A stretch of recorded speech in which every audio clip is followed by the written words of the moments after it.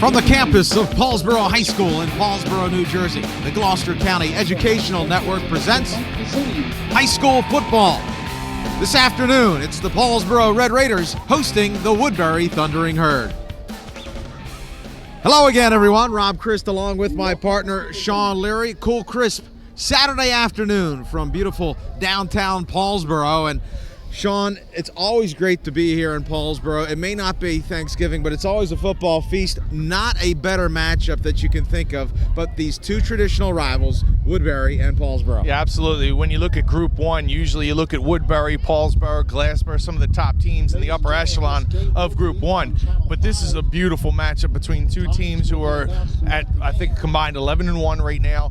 Paulsboro looking for a little bit of revenge from last year. Woodbury with a little bit of swagger. You know, when you have that confidence of having a win over your rival, that kind of can carry with you through the next season and into that next game.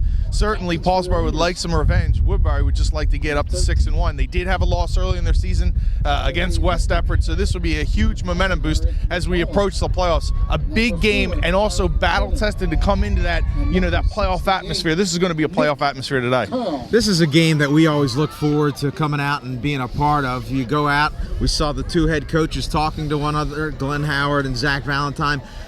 They are two coaches that really like one another. They respect one another, and you see that carry out to the field. This is going to be a game that's well played and hard fought, and it's going to come down to a few key players. First, with Woodbury, Karan Gibson. He is always a force. Today, he's going to be in need to be maybe an even bigger force. Well, when he lines up in the backfield, he's a beast. I mean, you look at his size, and you always think of those big Woodbury, big backs. You know, Bundy comes to mind right off the bat. Chris Presley. Well, this is another guy with that type of a mold. But more importantly is what he's going to be able to do on the defensive side of the ball. He's a defensive tackle. He's got low center of gravity. He's very quick off the ball, and he can cause a lot of havoc for them, the center and guards. If he's able to get into the backfield, really make a stop along that defensive front, it's going to be tough for Paulsboro to run. They're going to try to have to go to the outside. So it's going to be key for Gibson and how he plays today in the middle to see what Paulsboro will do and how they'll adjust to that. For Paulsboro, one of the big boys to keep an eye on, Nick Curl, a name you're probably familiar with. Well, you talk about low center of gravity. Well, this kid,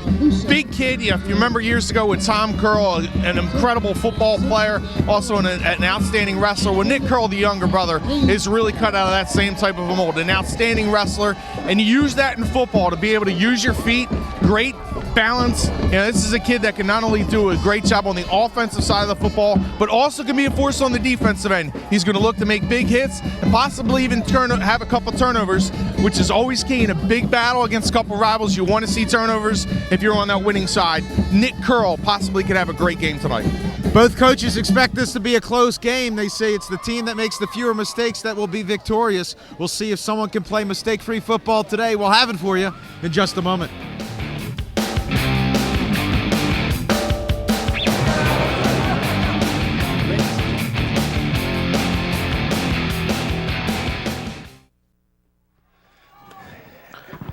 Averett.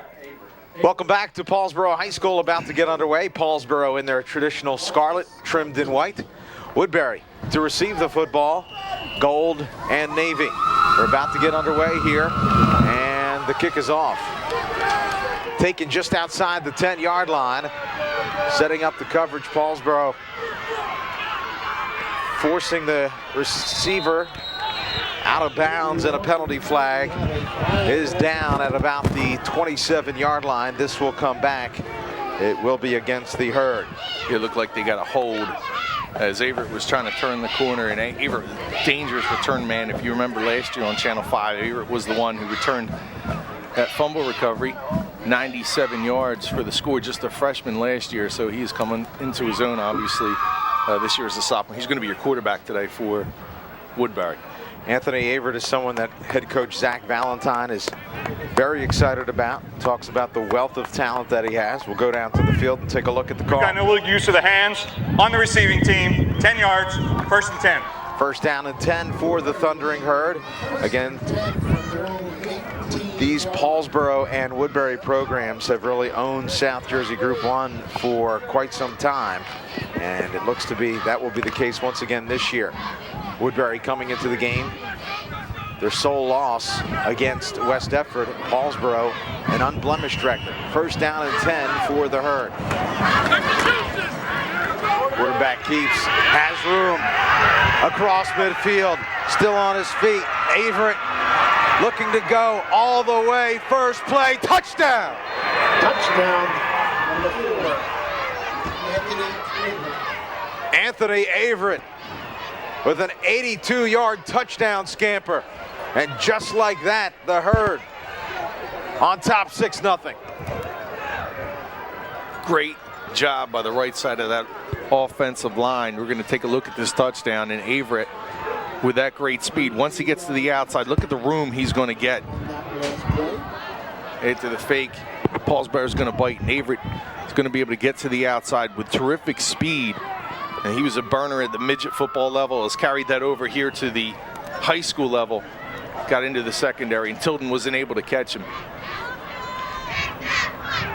On to attempt the point, it's Gibson.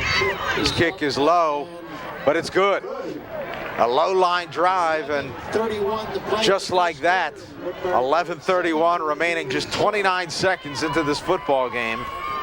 Woodbury has taken a 7-0 lead. Shawn, in all the years we've done Paulsboro football, I cannot recall a Paulsboro football team giving up a touchdown that early in the football game. Yeah, again, take a look at this. Great job by the right side of this offensive line. You see Kyle Gatelin there, number 74, getting the block. And there's nobody to the outside. A poor job by the linebackers being able to read what that play was going to. They kind of all jumped and went for the play fake. And then number 4 was able to get down to the sideline. With his excellent speed, he's going to be able to get into the secondary and outrun a lot of the Paulsboro defenders, Rob. And, you know, I was getting ready to say that field position could be such an important part of today's game. When you have two great defenses, you get a penalty, you back them up, and that could have played into the first quarter. But you do have home run hitters, not only for Woodbury, but also on the other side of the ball with Paulsboro's talent with Tilden and those guys. So you have these big playmakers, and already we got our first of the game. A little bit unexpected to come out and see Paulsboro make mistakes defensively like that, but that certainly was a breakdown. Karan Gibson will kick it away for the Herd. Back to receive the kick, it will be Tilden and Turner.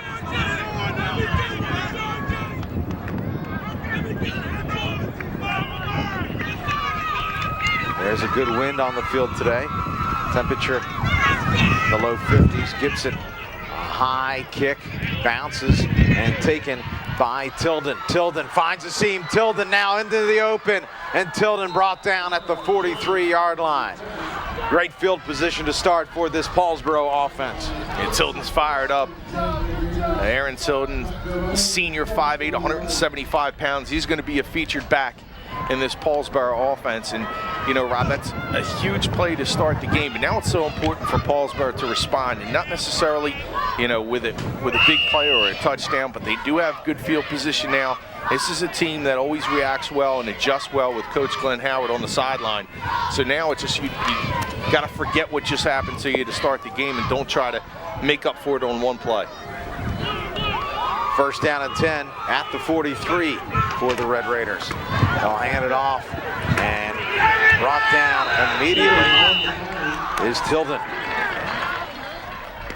It's going to be really important for the defensive ends for Woodbury to try to contain Tilden and keep him to the inside. You're going to see Amir Petros and Teddy Johnson, both of them with excellent size. Petros listed at 6'5", 197 pounds, but it's going to start with the defensive end. You're going to see number 77 carry the ball upfield. He's going to take on two blockers, and that's going to push Tilden back a little bit with him getting forced back into the backfield. The linebackers clean up the play, but a nice job by the defensive end, number 77. Second down, we'll call it 10 for the Red Raiders. This Paulsboro team 10-2 last year. Their two losses coming to the Thundering Herd. Out of the I formation. Play action pass with time. Has a man, finds a seam, and it's caught at the 41-yard line. Victor on the reception. Nice job, nice play call. Victor setting himself in a good spot. Terrific pass by Billy Coleman. Billy Coleman, senior quarterback, 6'2", 205 with a nice strong arm. This is a nice pass.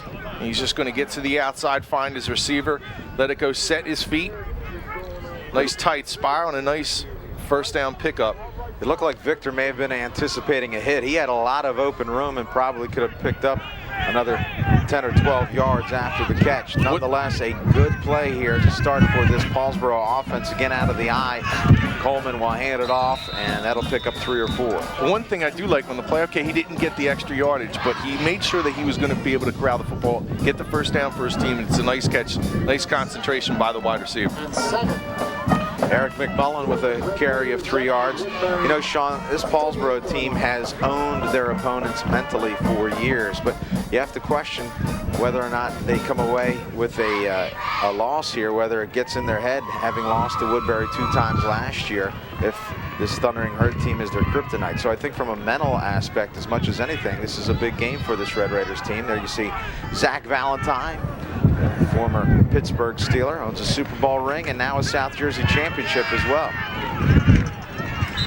He owns more than that. He's got quite a personality as well. We talked about it's a treat really to come and visit him before a game, because you never know what you're going to get from him. We were with him before the game, and he's out throwing passes, just having a good time, and just a guy who keeps his team loose. And that's, I think, whether he's had winning seasons or you know, seasons that he's had a couple tough losses, he still has that same personality. You just got a chance to see the legendary Glenn Howard, who is here on the sideline for Paulsboro. And you talked about, you know, whether it would get in the head when you talk about coaching perspectives. You know, Glenn Howard's a guy that's not going to allow his team to really focus on that anyway, whatever this outcome is. Coleman on 3rd down. Rolls to his left, gets pressure, now cuts it back inside, and he'll be sacked at the 39-yard line. So good pressure by that Woodbury defensive line will force Paulsboro into a punting situation. What you won't be able to see here is the coverage downfield, and that's what they call a coverage sack. Excellent job by Woodbury reacting here. There was nowhere to go with the football. Coleman being smart with it. They have good field position now. You can punt it away, get your defense on the field. Don't make any big mistakes, because there was nowhere to throw the football, and Woodbury's able to come and make the sack. But you don't make the huge mistake, you live to play another down. Macaron will punt it away to the dangerous Avery. And this into the wind will die and bounce back. It'll be down at about the 24-yard line. First down and 10, Herd. You know, when you have a program like Paulsboro with the great success that you've had over the years, you have to do a lot of things right. And one of the things I really respect about this Paulsboro program, Shawn, is their special teams play. Excellent special teams. You know, it's a third of the game is what Glenn Howard says, and you always see that being preached here and also coached as well. It's not just talk. This is a team who really practices on the special teams, and they dominate on that special teams. We've seen a number of pump blocks in key situations for Paulsboro in big games, and that's something to look for in a game like this where you have 2 close teams matched up. Special teams could become a factor. Averett, second play from scrimmage here, and Averett will hand it off to Gibson. Gibson slung down after a pickup of a few. Anthony Ross on the tackle. See Curl there on the tackle. We talked about him in the open. And Curl with that terrific size, a senior this year, 6'3", 315 pounds.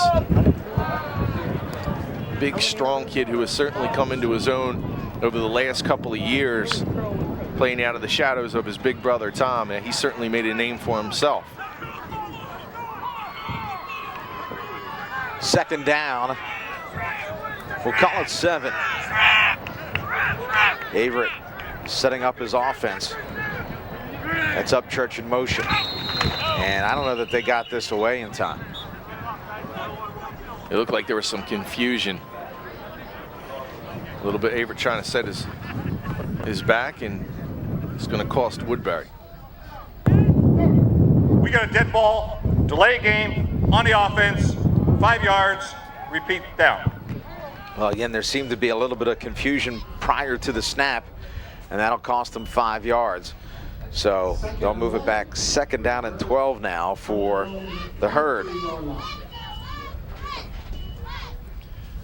And against good defenses, Rob, we've talked about this, drive killers, those type of penalties where you put yourself in a 2nd and long, 3rd and long. Against a good defense, you can ill afford to have those type of mistakes, because it really negates your chances for picking up a first down and moving the chains.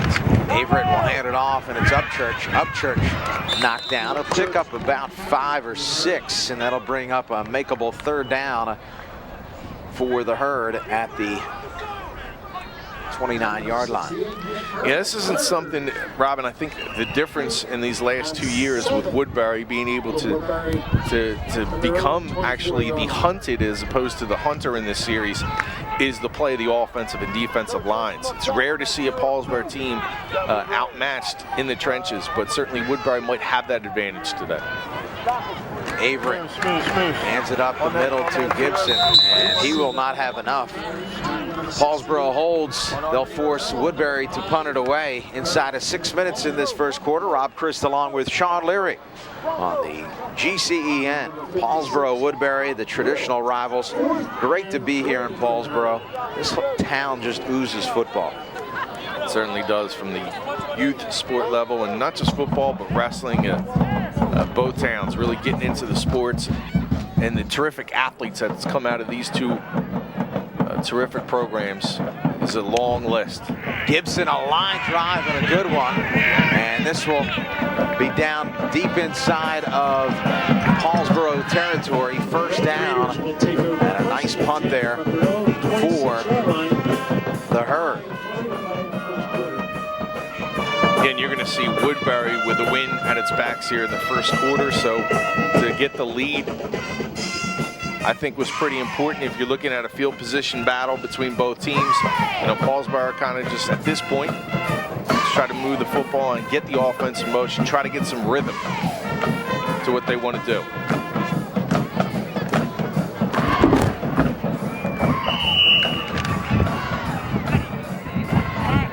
First down and 10 after the 44-yard punt of Gibson. Have a man Gibson here. You don't traditionally think of someone that size being that agile, but he's illustrated his abilities both via the extra point and now the punting game.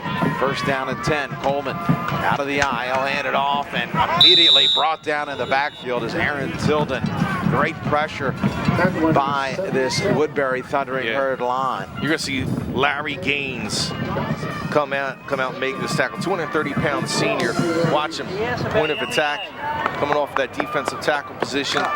He just shot the gap there. Yeah, and he also met there with Teddy Johnson. And then again, that Woodbury defensive front, and Paulsboro is going to have to find ways to slow them down, maybe use that aggression against them, maybe with a couple screens using Tilden, but they're going to have to try to stop that pressure if they're going to have success moving the football.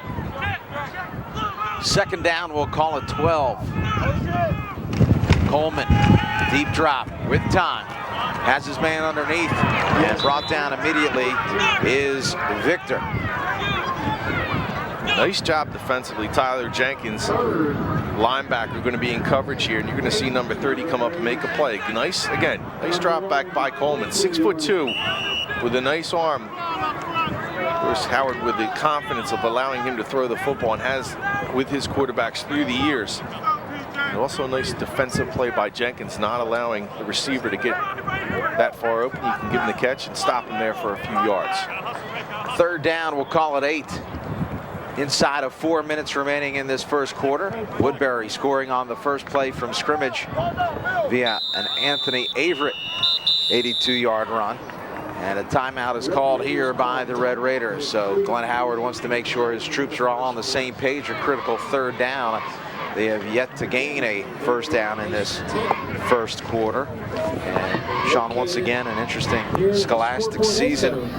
And not surprisingly, this game highlighted at the beginning of the year and will play a major role as to how things shake out. You look at what's going on at Glassboro losing to Pennsville already this year. We talked about some of the Group 1 powers, but how about Pennsville coming out with a huge win against Glassboro? But traditionally, you look at these two clubs, Robin, they're going to figure in the mix somewhere in those playoffs. Paulsboro and both Woodbury with the traditions, and like you had mentioned, the mystique of both teams through the years, along with Glassboro. Very difficult to overcome during this time of year. Both coaches know how to prepare and win championships. Obviously, with Woodbury coming off the Group 1 championship, they had the quarterback last year. They lost it. They immediately plug in Averett, and they've had a fine season except for the one blemish on the record against West Epworth. Third down and 8 now out of the shotgun. Coleman takes the handoff, has time, throws underneath, and has his man. It looks to be Tilden. Nice throw by Coleman, and the chains will move for the first time for the Red Raiders. An excellent job by Aaron Tilden, though. You're going to see, I don't know if we have it on tape, but Aaron Tilden's going to come back for the football. And that's a perfect job by your wide receiver of getting down into his route, coming back for the football and making the catch. Good strong arm by Coleman, but an impressive catch also by the senior Tilden. So you get good protection, allowing Coleman the opportunity to throw. Good job by the offensive line. Tilden's going to be in coverage, but he comes back for the football, makes a nice catch. First down and 10. Red Raiders at their 38-yard line. Again, working out of the eye. Coleman hands off, and just not a whole lot there thus far for this Paulsboro line. And Shawn, this is a Paulsboro program that traditionally owns the line of scrimmage. They're in for the fight of their lives today. Well, and again, how many times do you go into a matchup saying Paulsboro might have a slight disadvantage along the line? And that's no slight to Paulsboro. Woodbury is that good along that defensive and offensive fronts. They are solid with Gibson there at the defensive tackle spot. You have the two defensive ends with Johnson and Petros. Certainly Larry Gaines figures into the mix as a senior. So you have a lot of experience. You have a lot of people in the crowd across the way to that Woodbury Thundering Herd. Again, coming in as the defending champs. Second down and 10. Coleman in the eye, and timeout on the field. Another timeout here by Coach Howard. I don't think they were set up in the offensive set that he was comfortable with, and he'll go back out and talk about it. Burning 2 timeouts early, but again, you want to make sure your team is firing on all cylinders here. You don't want to make mistakes when you have an opportunity to come up with a second down play. You want to make sure that you give yourself at least a manageable third down. You know, what's interesting about Paulsboro this year in its season, Robin, they have a perfect record so far.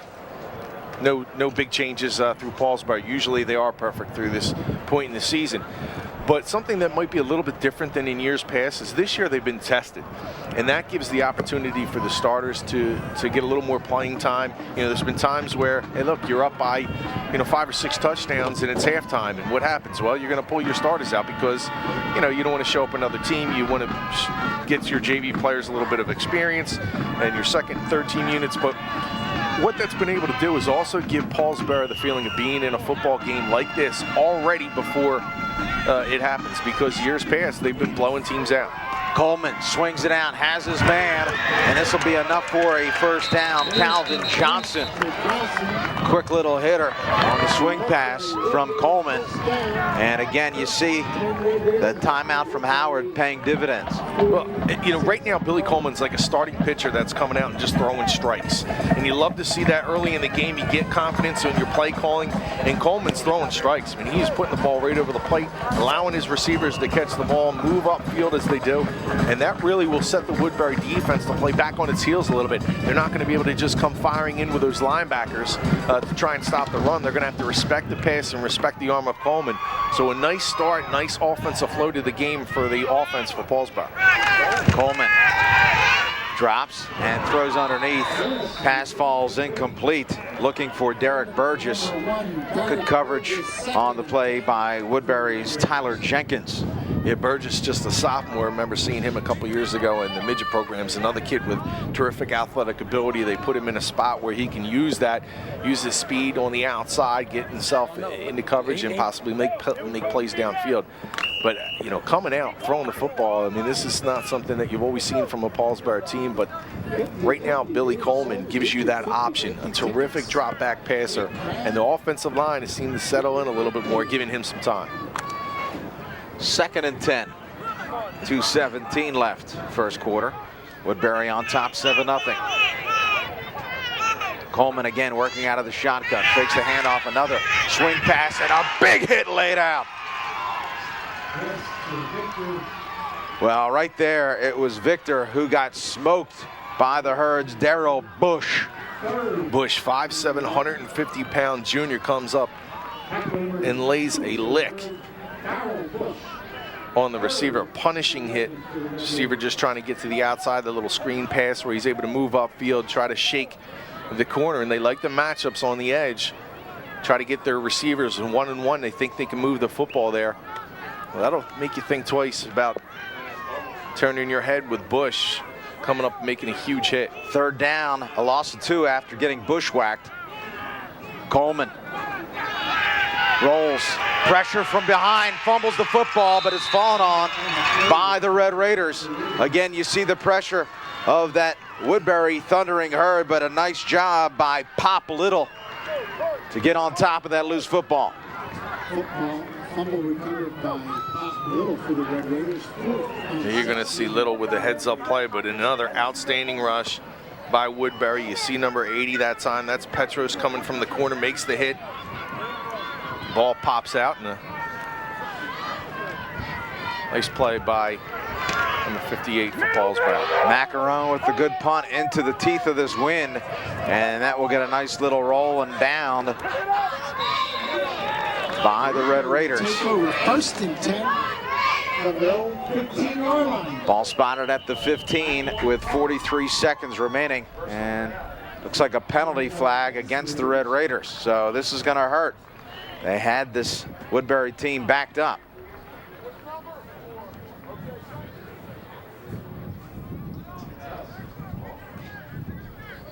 Not sure who the call is going to be. That's not something you typically see really from either side, is too many personal foul penalties. Both coaches teach discipline to their units, and it's just hurting yourself, and Paulsboro are going to be penalized 15 yards. And they're going to make them repunt it, I believe. I think it would, well, it depends on if it's post-possession or during the play. And it's going to be backed up, so now you're going to give it an opportunity for the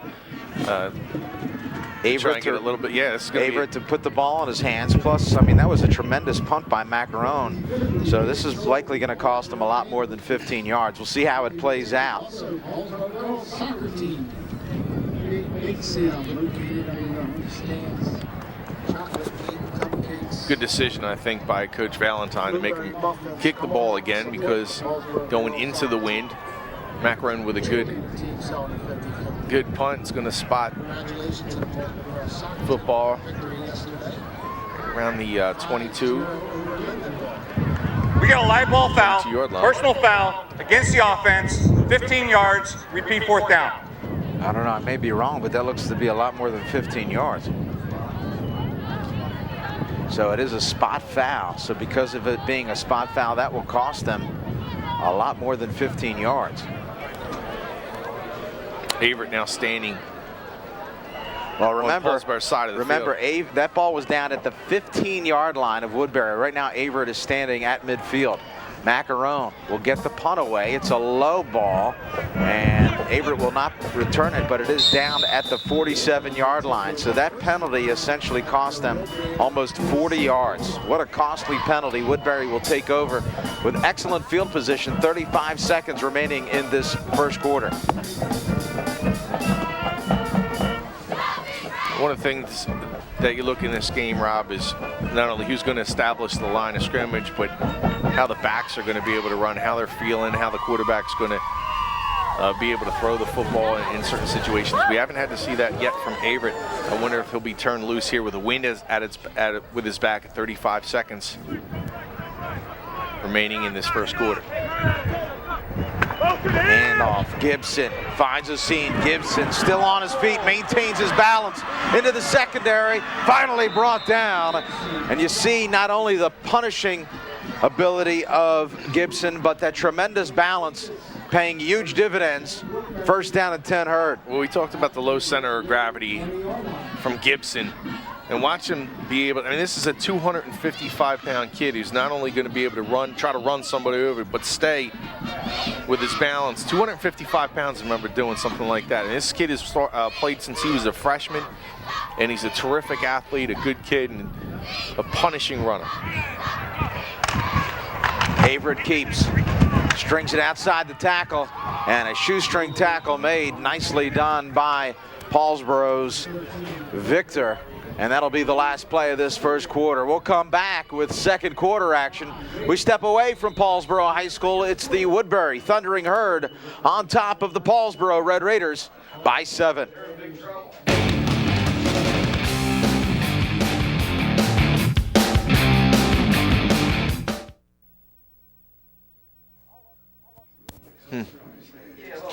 Welcome back to Paulsboro High School. We begin the second quarter here.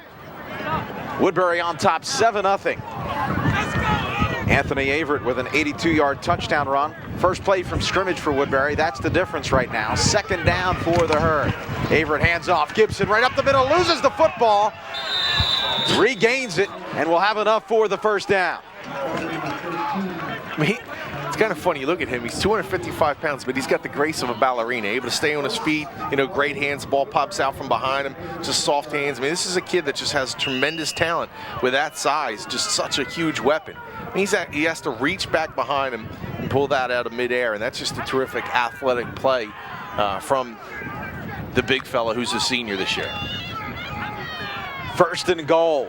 Herd at the 5-yard line.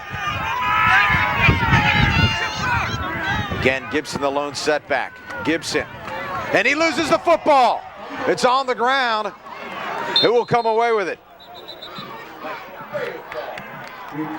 And it's Paulsboro football.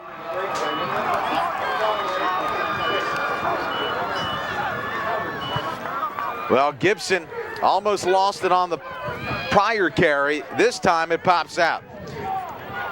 You're going to see Paulsboro jump on this football, but this is the play that Paulsboro needed. You know, Woodbury going in with a 2-touchdown lead would really hurt things, but Paulsboro taking advantage of a very costly mistake for Woodbury. And we talked about Gibson and being able to make those sweet plays that he can at his size. But one thing that's important, especially towards that goal line, you're going to have guys, I think I mentioned this earlier, you look on who's on the left side of that line. That was Nick Curl on that side. Deep drop, Coleman in his end zone, throws it up, looking for his man, and nobody home. A long throw from Coleman trying to find Derek Burgess, but good coverage on the play by Marcus Upchurch. Upchurch had position on Burgess. Rob, you know, again, it's something that you really don't talk about when you're talking about a Paulsboro football team that is matched, not only with his size, but certainly with the speed. There might be an advantage really with Woodbury with overall team speed. That's not something you typically see against a Paulsboro team, but you have to give the advantage coming into the game, and that was admitted by a few people that Paulsboro might not have as much speed or strength to match with this Woodbury squad. Woodbury coming in with a plethora of talented players, but certainly guys who are multifaceted. Coleman again, another deep drop. Throws underneath, it's tipped up and almost picked off. Alex Hindle dove for the football. Third down now and 10 at Paulsboro, deep in their own end. Yeah, especially over the middle of the field when you're deep in your own territory. When you're going over the middle of the field, you have to make sure you come down with that pass. Any type of tipped ball is one of those things where you're gasping for breath. If you're along the sideline, you're one of the coaches. But I just, again, impressed with how Coleman's been able to throw the football and not make mistakes with it mentally.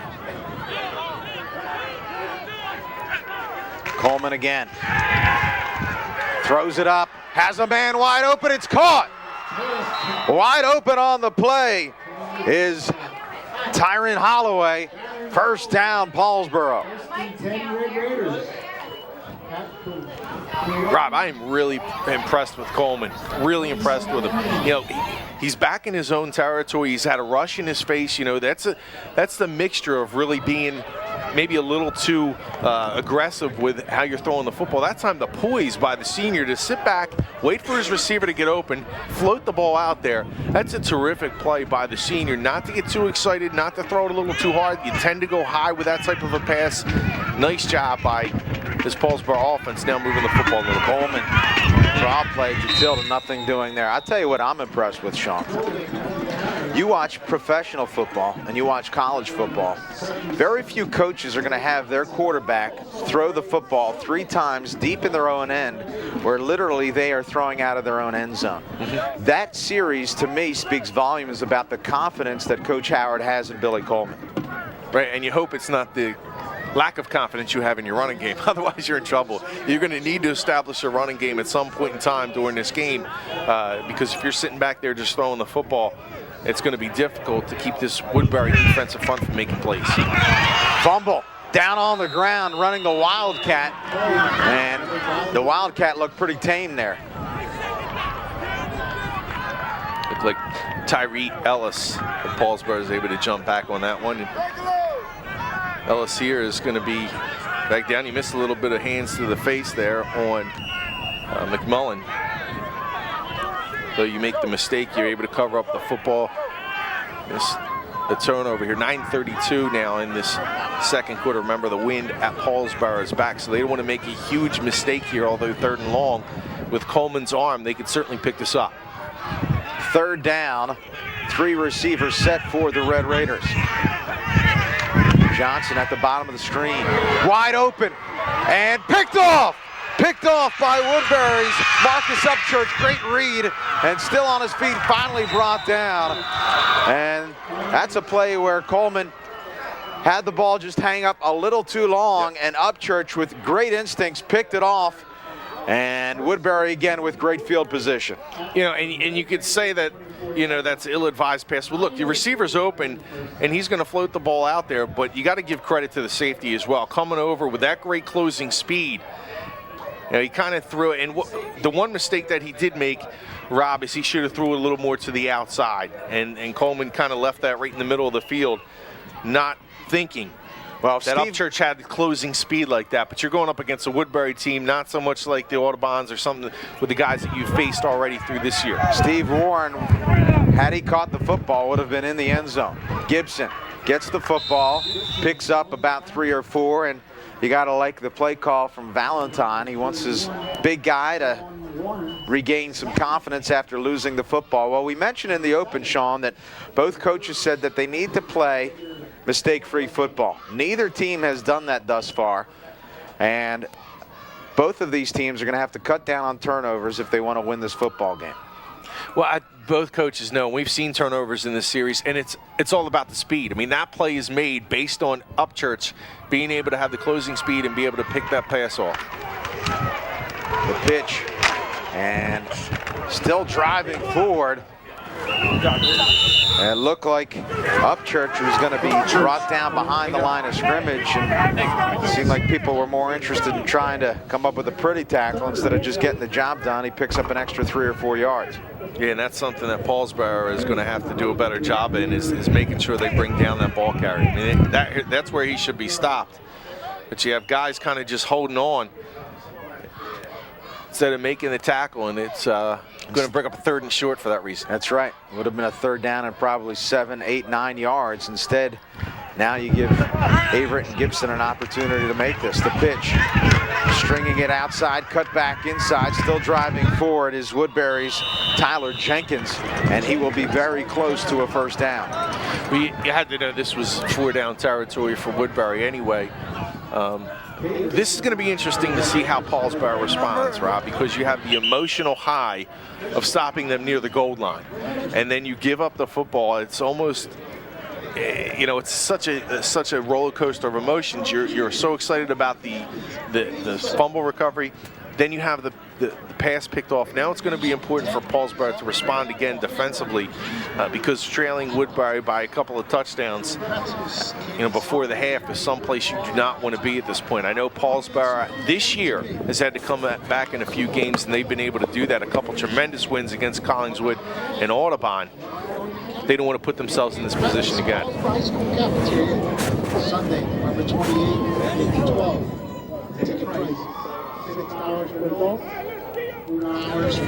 So it's a Shawn Leary breakfast, about 9 links. How many times are you going to use that? I mean, is it like It's the first time this year. Okay.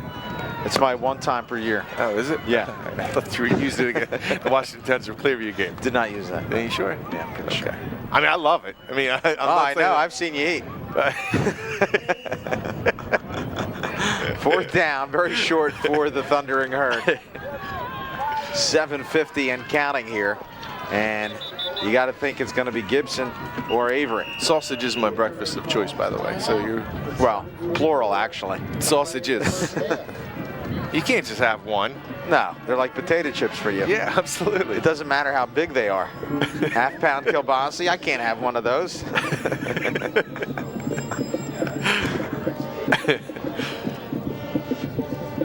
Did you go with the sausage this morning? I was going to say, I wish you wouldn't. I'm starving right now. I haven't eaten. Yeah. You know, I'm not sure you're going to make it back for the third quarter. No, I know you're going to be running out to the diner. I might go now. You could carry me for a couple plays, couldn't you? I've carried you all year. This is a big play, in all seriousness, big play here for the Red Raiders. Deep in their own end, ball at the 14-yard line.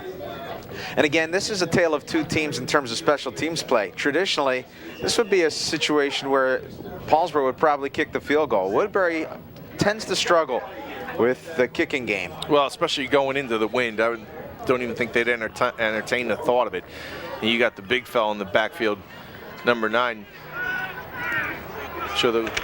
And it's Averett who keeps. Averett looks like he'll have enough. A good surge from the middle of that Woodbury offensive line will get a measurement, but from here it looks like Averett has it. But what's interesting is we talked to Coach Valentine before the game. We said, what were some of the keys to the game? And he said the center position. He thought the center position was important, especially in a spot like that. How important is your center to not only be able to hike the football, but then get on that block, get a helmet on somebody, get some type of a surge. You have those big guards going behind you. I mean, it's a no-brainer where you go with the ball that time. With Averett just trying to get those couple of yards. I like when coaches don't outthink themselves. The shortest point between A and B is straight ahead. And a little struggle there. You talk about coaches outthinking themselves. Fumble, they ruled that the ball was down, in fact. But we saw that last game that we did, Clearview and Washington Township. Clearview very successful running the football, and for whatever reason they go to the air, and it's a key turnover, and maybe the reason that Clearview lost the football game. Here you have Averett and Gibson. You know you're successful. Why tinker with success? Well, you know, I mean, there's spots in the game where you try to have balance, especially in Group 3, Group 4, where you need balance throughout the game. The pitch. And Upchurch. They'll pick up about 3 or 4. And another short third down for the Herd. You know, when you're going up against a speedy offense, I think, Robin, we heard this from Coach Valentine before the game, is the play of your defensive ends. What you're seeing from Paulsboro is the defensive ends aren't getting a good enough push-up field that you're seeing Upchurch and these guys be able to get that burst of speed to the outside. They're running full speed ahead toward the defensive line as opposed to staying parallel on that backfield. Averett keeps, strings it outside, now cuts inside. Averett forward. Averett very close to the end zone. And it looks like they're going to mark him just shy of the goal line. Nonetheless, it's going to be 1st and goal. Well, Zach Valentine has to like this drive. They have owned the line of scrimmage, and they have also eaten up a large portion of the clock. Inside of 6 minutes remaining in this first half, Woodbury on top by 7, knocking on the door.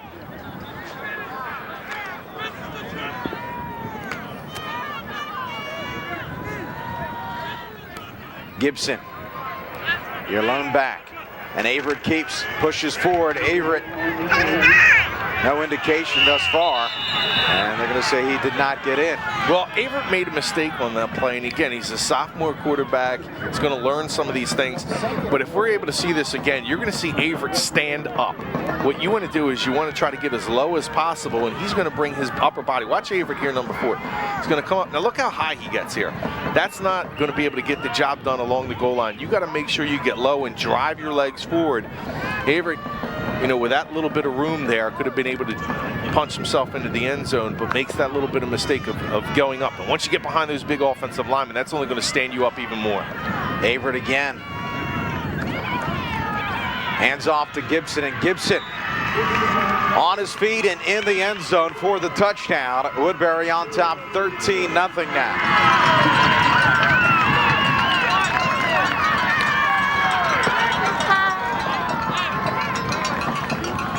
You're seeing that with Valentine. He says, all right, we're going to give the quarterback a sneak on 1st down, but let's go to my big horse in the backfield with Gibson, and not the worst person to hand the ball off to in that situation. So Gibson will attempt the extra point. He's accounted for 7 points already, trying to make it 8. Kick is up, and this one looks to be good. Woodbury doubles their score. They now lead 14-0.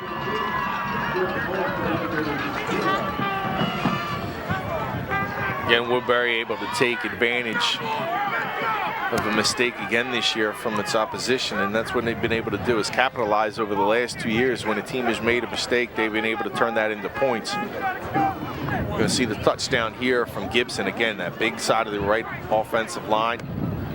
Gibson's just going to follow his blockers. You see Petros doing a nice job of sealing the corner there, and Gibson sidesteps, scampers into the end zone. Another quick 6 for number 9. Well, you can see how strong this Woodbury team is, and again, they have one loss against West Deptford this year. In yesterday's game, West Deptford put a shellacking on Sterling, 62-3. Vaughn Scott scored the first 6 touchdowns of the game, and this West Deptford team, always a force to be reckoned with in the Colonial Conference, and traditionally it's West Deptford and these two teams. Yeah, you're right. And you know what was difficult for Woodbury is to be able to play West Deptford at the beginning of the year. And why is that difficult? Instead of, it's not just about team chemistry, it's also about numbers, strictly numbers. You know, West Deptford comes in with more guys, more depth. You have a game early in the season, you know, cramping can become a factor. We've seen that over the years. Woodbury with guys playing both ways. Physically, sometimes the body's not ready for that. And that is a difficult spot for Woodbury. Not saying that they would have played West Deptford any better or would have won the game, but I know Coach Valentine would have liked to just play maybe West Deptford later in the season, but that's the way the schedule is. Turner from his own 17 will be brought down after a 16-yard return. First and 10, Red Raiders with 4:36 remaining in the second quarter. Well, there's time here in the second quarter, Rob. 4:36 left. I think this is a really important drive in this game. You want to try to get some points on the board, get a little momentum. A touchdown here really could change the momentum. You're only down by 6. We've made mistakes. We haven't owned the game, but we're right here in it. So I think with Coleman being able to drop back and pass, maybe try to get Tilden in the game a little more on this drive, but certainly a huge offensive possession for the Red Raiders. We talked about the 3 powers in the Colonial Conference. I would be remiss if I did not mention Haddonfield, who has had quite a run the last couple of years. Coleman inside and overthrows his intended receiver, Victor, and that's one of the rare miscues from Coleman. I know that Coleman has that interception, but that one off the mark. Yeah, one floated on him. The wind might have played a little bit of a factor, and I'm not going to make excuses for him, but he's been on pretty much until that pass. Even though he did have the interception, that was kind of a mistake. He threw to the inside of the receiver instead of the outside of the receiver. Kind of led his receiver right into the awaiting arms of Upchurch on that last drive, which turned out to be a Woodbury touchdown. We're going to get a timeout for the Thundering Herd. Well, yesterday, as we mentioned, Haddonfield victorious over Collingswood 35-0. That's a good Collingswood team. And again, remember, Haddonfield and West Deptford had themselves quite a game a couple weeks back. So they probably will see one another once again in the playoffs. Another game to mention, Shawn, is Williamstown with a big win over Shawnee in double overtime. And, you know, there's always question marks about Williamstown because in the past they did not play some of the bigger schools, but I think all of those questions have been answered. Yeah, and that is a race now with Tri-County Conference no longer existing. You have the West Jersey League, so you know, the questions of whether Williamstown can hang. And hey, look, we did the game with Clearview and Washington Township, and we could say whatever we want about what Clearview did or didn't do, but hey, they were able to play with Washington Township, who's played pretty well since that game. So you know, the Pioneers, Williamstown, Tri-County Conference, and that little cloud hanging over their heads now is disappeared. They now are one of the big boys, and congratulations to Williamstown. Frank Fusatola has done a fantastic job as coach for Williamstown over the last few years. And that entire coaching staff, I might add. Second and 10, Coleman, draw play with some room and cut down after a pickup is Tilden. There looked to be a lot of space there, but that Woodbury defense closed it off quickly. Pickup of 5, third down, and a very makeable 5. Yeah, I still think this is an important third down, an important drive for Paulsboro to again move the chains, get in Woodbury's side of the field and try to make something happen. Again, Tilden is the guy who you really want to see with his hands on the football. He is the playmaker for the squad. Third down, Coleman throws underneath and short hops his intended receiver, looking for Calvin Johnson, and the Red Raiders will be forced to punt it away. You think that's what they're going to do. And you got to wonder, I mean, Coleman there on this drive with a couple of errant passes, you wonder if that interception maybe got in his head a little bit. He thought his receiver's open. He thinks he has a good pass. All of a sudden, Upchurch closes. Now, on these two passes, it seemed like he was a little harried on both of them. Maybe getting in his head a little bit. I got to move the ball out a little quicker. But you got to pick and choose your spots of when you need to do that. Macaron, end over end kick, and Averett's going to let it bounce, and this is going to be a big bounce.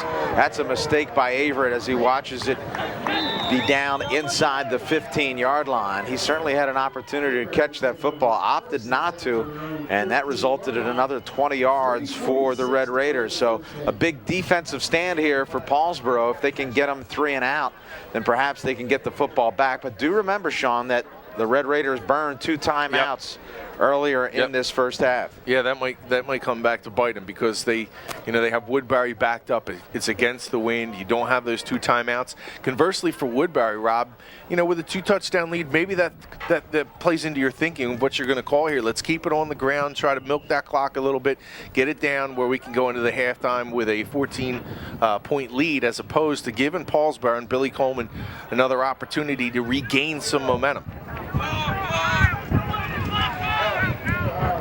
First down for Woodbury. The handoff right up the middle.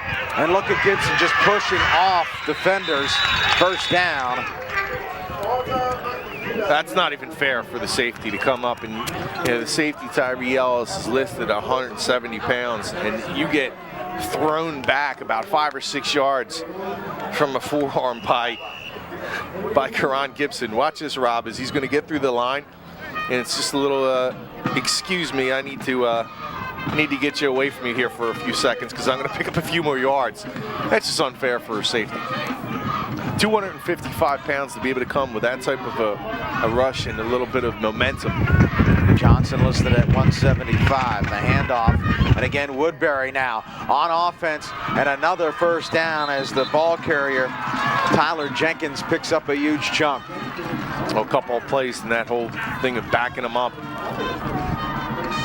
goes out the window. Now Woodbury thinking about scoring, and I wasn't considering, just kneeling on the clock, but coming up with a couple of running plays, get the clock down. Now they're thinking, hey, let's put another 6 on the board.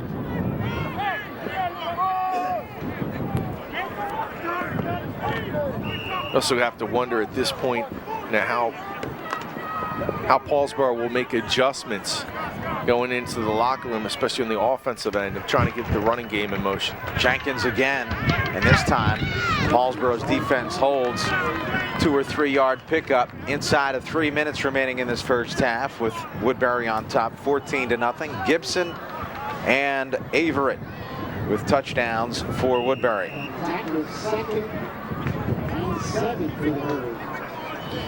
Anthony Averett, Rob, if you didn't know this, he's the son of Maurice Davis. He's an outstanding player at Glassboro, went on to play at Glassboro State, now known by most of us as Rowan University. The pitch, and a fumble. It's loose, and Paulsboro picks up the loose football.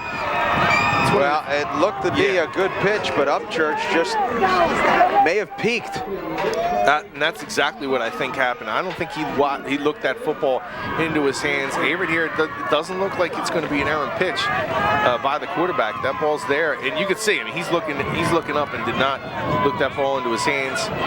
Didn't really think about covering up, and Paulsboro now with a chance to take advantage. Well, we talked about turnovers being a key factor in this football game.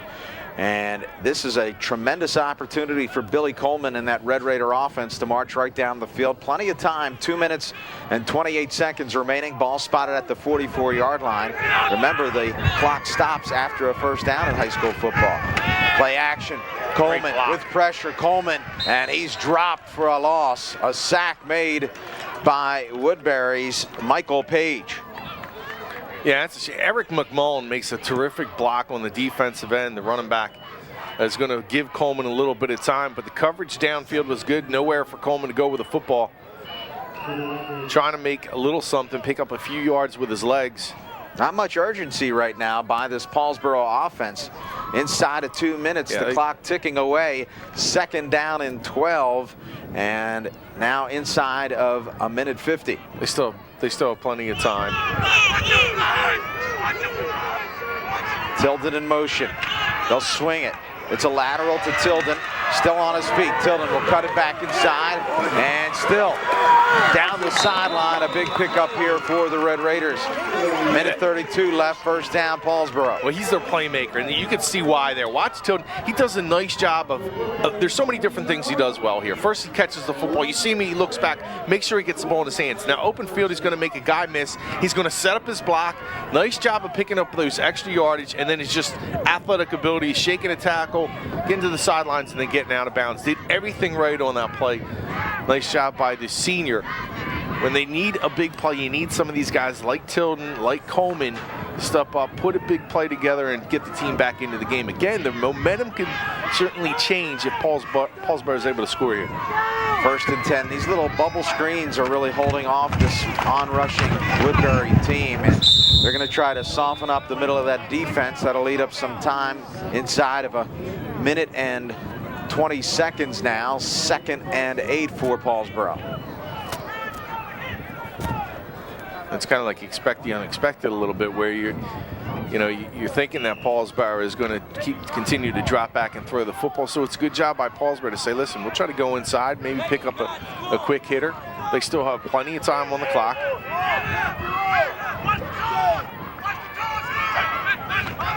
Coleman, and he's in trouble. Coleman sacked by Amir Petros, and the Red Raiders are forced to call a timeout. A lot of time off the clock prior to that call. Shawn, were you surprised by the alacrity illustrated? No, I think it's okay. I think you're all right with taking your time. I mean, they still have plenty of time. 48 seconds left. You're throwing the ball downfield. It's not like they're at the 50 or 40. I mean, they're deep into Paulsboro or Woodbury territory. I don't think clock was a factor.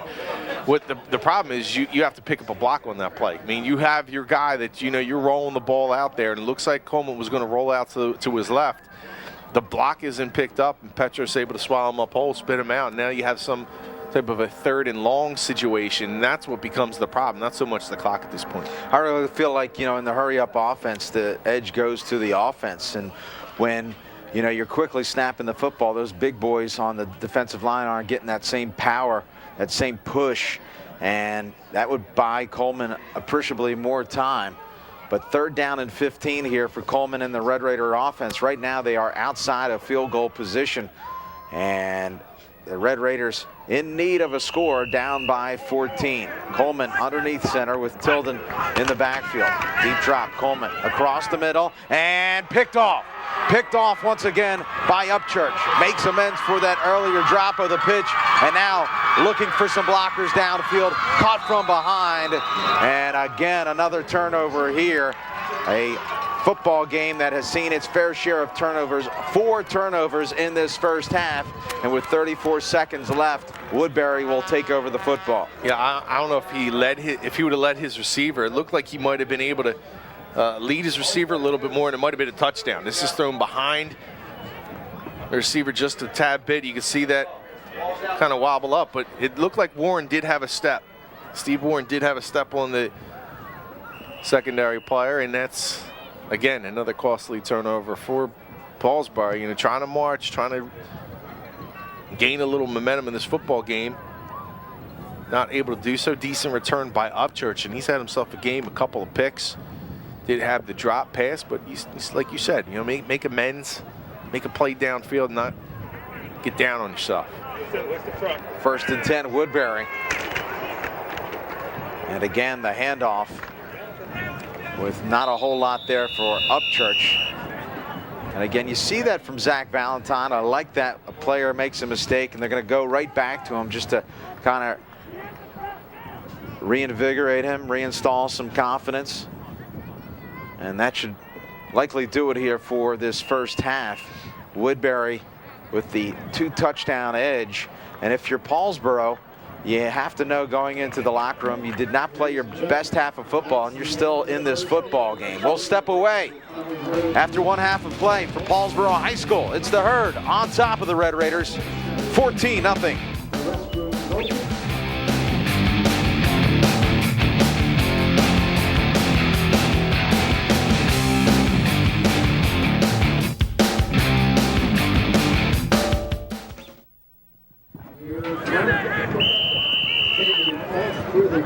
Welcome back to Paulsboro High School. Second half about to get underway. Gibson will kick it away end over end, taken inside the 20. Whistle blows, and procedure against Woodbury. We've got an illegal procedure against kicking team, 5 yards. Well, Paulsboro's going to need to win little minor battles. Start off the second half. You get a penalty to back Woodbury up a little more. At this point, any extra yard that you can get, trailing by 14, is going to be important for the Red Raiders here in the second half. This is a sentence I don't know that I've ever uttered before, Shawn, but Paulsboro has to get the running game going. Yeah, I completely agree. You know, to not have a balanced attack, I think just is really detrimental to any team trying to win a football game. And Paulsboro's been able to move the ball a little bit through the air, but they're going to need to establish some type of run. Gibson will try it again. A ground ball picked up and dropped. Now it's the Red Raiders. And running just outside the 40-yard line, Demir Turner will start things. Red Raiders with good field position to start. It's going to be interesting to see the dynamics of what Paulsboro is going to do offensively, whether they're going to try to get a little more balance. And I think what's important here is to try to put the ball in Tilden's hands a little bit more. We did see Tilden in a play where he was a factor at the end of the half. He's able to use that athleticism toward the outside and use the sidelines. I think they're going to need to get him more involved with the game. And I think you're going to see that a little more here. First down and 10. I formation, Coleman keeps hit about 3. 3-yard pickup for the Red Raiders. Second and 7. And he's shaking that right hand. That's not something you want to see from your quarterback. Right here, he's just going to follow the block from Tilden, get through that hole. Nice job by the right side of that offensive line. There you see Anthony Ross with a good block. Warren blocking downfield and not able to pick up a lot of yards, but you get a few on second down. Give yourself an opportunity. You drop back and pass, you get incomplete your second and 10. This, gives you a little bit more in that play calling of what you're able to do. I think they really want to establish some run here. Let's go! Tilden finds a seam, and he'll be just shy of the first down across midfield. Bring up 3rd and 2 for the Red Raiders. 3rd down and 2 for Paulsboro. They'd like nothing better than to start this second half with a long, protracted drive that culminates in a touchdown. One of the other things is when you want to own possession of the football. Obviously, points is the most important thing, but you want to own possession because one thing that's going to do, it's going to keep the ball out of the hands of Anthony Averett and their playmakers.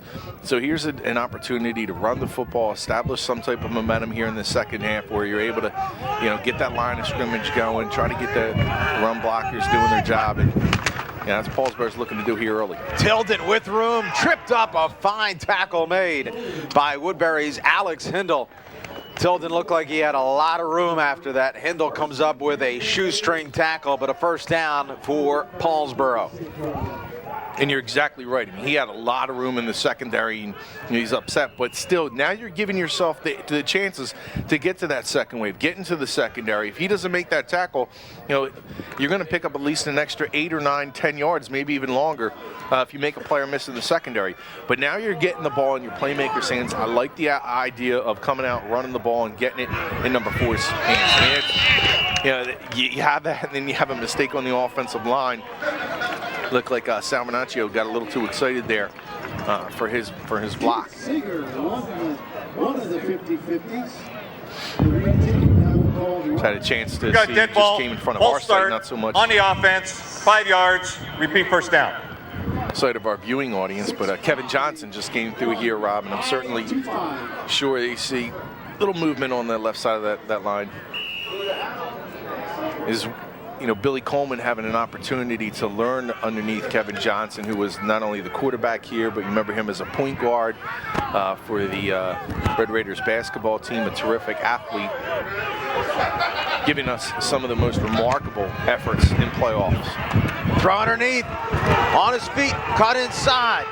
Victor deep into Woodbury territory, and that's a fine play by Victor as he eludes the tackle and wheels his way throughout the defense of the Herd. Well, this could have been 6 the other way also. I mean, this is a play that works for Paulsboro, but this was dangerous. You know, you're getting out, I mean, look right there, you get a little step in, or if that ball slips through, you're going the opposite way, but a nice route run by the receiver. Nice job of looking it in, and of course the execution of the line, and also Billy Coleman putting the ball where it needs to be put. It's something that this offense now gaining a little momentum, and maybe that run is going to set that up a little more. Again, out of the Wildcat, and they'll hand it off, and this is the second time that has been run. Tyree Ellis dropped from behind. Each time it has resulted in negative yards. Well, again, it's because of the pressure of the defensive ends and also the linebackers. They know where to go with the football on the outside, and Woodbury is doing a fantastic job of getting to the edges, making sure that, you know, you're not going to give that momentum going toward the line of scrimmage. They're running parallel with the line of scrimmage as they're trying to get those stretch plays. Second down, about 12. Two receivers split right. Coleman out of the option, loses the football, falls right back on top of it. This has kind of been the story of the game, Shawn. They come up with a big play and then they seem to shoot themselves in the foot. Not really able to generate any extended momentum. You're right, and there's not a whole lot of consistency with how the line is blocking, with how they're able to move the ball. And you got to give credit to Woodbury's defense as well. I mean, they're not going up against, excuse me, for, you know, the Haddon Townships or Gateways or teams that are struggling this year. Well, I'm just saying this year, you know, maybe not every year. Talking about my tongue in cheek there. Third down. Coleman, deep drop across the middle, has his man and dropped. Well, McMullen tried to one-hand it. I'm not sure that he needed to one-hand that football.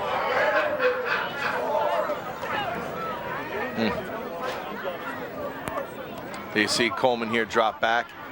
Again, McMullen trying to get himself over the middle. And yeah, it's a ball that definitely should have been had by the receiver. I think McMullen going across the middle, wary of oncoming Herd.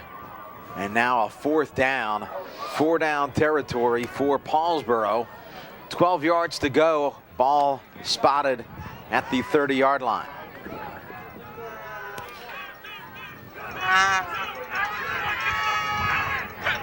Three receiver set, Coleman. Flushed out of the pocket. From behind, he will be brought down.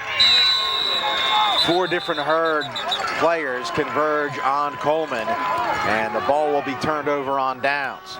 I think that's a mistake by Coleman there, is you got to give your receiver at least an opportunity. It's 4th down. You're not going to be able to pick that up with your legs. You may see a little bit of greenfield, but you're going up against a very speedy Woodbury defense. They're eventually going to converge on you and stop you short of that 1st down. You got to give your receivers a chance on 4th down to make a play. I think that's a good point, Shawn, because even if it's picked off deep towards the end zone, yeah, it works as a punt. Right. 1st down and 10 for the Herd. Their first time on offense here in the second half. 7:28 left. Third quarter. Woodbury on top, 14-0. Averett will hand off to Upchurch, and he is smoked. Upchurch is absolutely pounded on the play by the big linebacker, Anthony Ross. Yeah, watch here, and it might even little help that time from Tyree Ellis as well. Leveled that time by 2 Red Raiders. It was Ellis and Ross. 2nd down. Seen some big hits laid out earlier. Darrell Bush with a big hit. And now Paulsboro returning the favor. Averett keeps. And he will stretch out for the 1st down. Ball at the 40-yard line. And we've seen Averett's talent, his elusiveness, and there you get to see a little bit of his speed. He finds a little hole and then exploits it. Good tackle made by Calvin Johnson. You know, these are two storied programs. Chris Presley from Woodbury has seen the NFL, played with Cincinnati and Tampa Bay. Isaac Redmond, who starred for many years here on this very field, now playing for the Pittsburgh Steelers. So a lot of good football and a lot of quality football players shooting up for both of these teams. Gibson strings it outside, deep into the secondary. He'll have enough for the first down, but a penalty flag will have this play come back, holding against the Herd.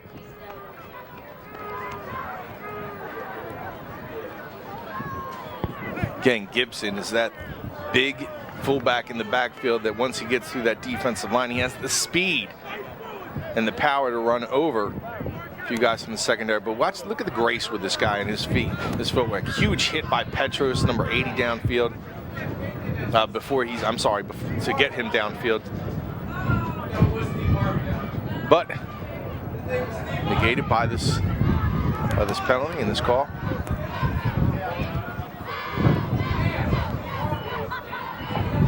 We're going to hold on the offense, 10 yards, repeat first down. First down. We'll call it 16 for the Herd. Spot foul. Clock continues to move. Approaching 6 minutes remaining in this third quarter. Averett hands it up, and nothing doing for Gibson. Gibson gets the Red Raiders team picture there. Maybe got back to the original line of scrimmage. Nick Curl, who we talked about in the open, the senior, 6'3", 315 pounds, a force for this Paulsboro football team on the tackle. Woodbury has yet to attempt a throw this afternoon. We'll see whether or not they go to the air here. Valentine likely content to be conservative with this 14-point lead. Second down, 16. Gibson again in the backfield for Averett. And Averett throws across the middle, Upchurch into the secondary, deep into Paulsboro territory. First down to Woodbury. The first throw of the afternoon for Averett, a quick hitter across the middle, and the Herd move the chains. That's a confidence throw, just a three-step and release. And he's able to find Upchurch up the middle of the field, wide open, no one around him. That's a product of having a terrific run game. So not much thinking there. You're just dropping back and throwing. And Upchurch having himself a game, a couple of picks there.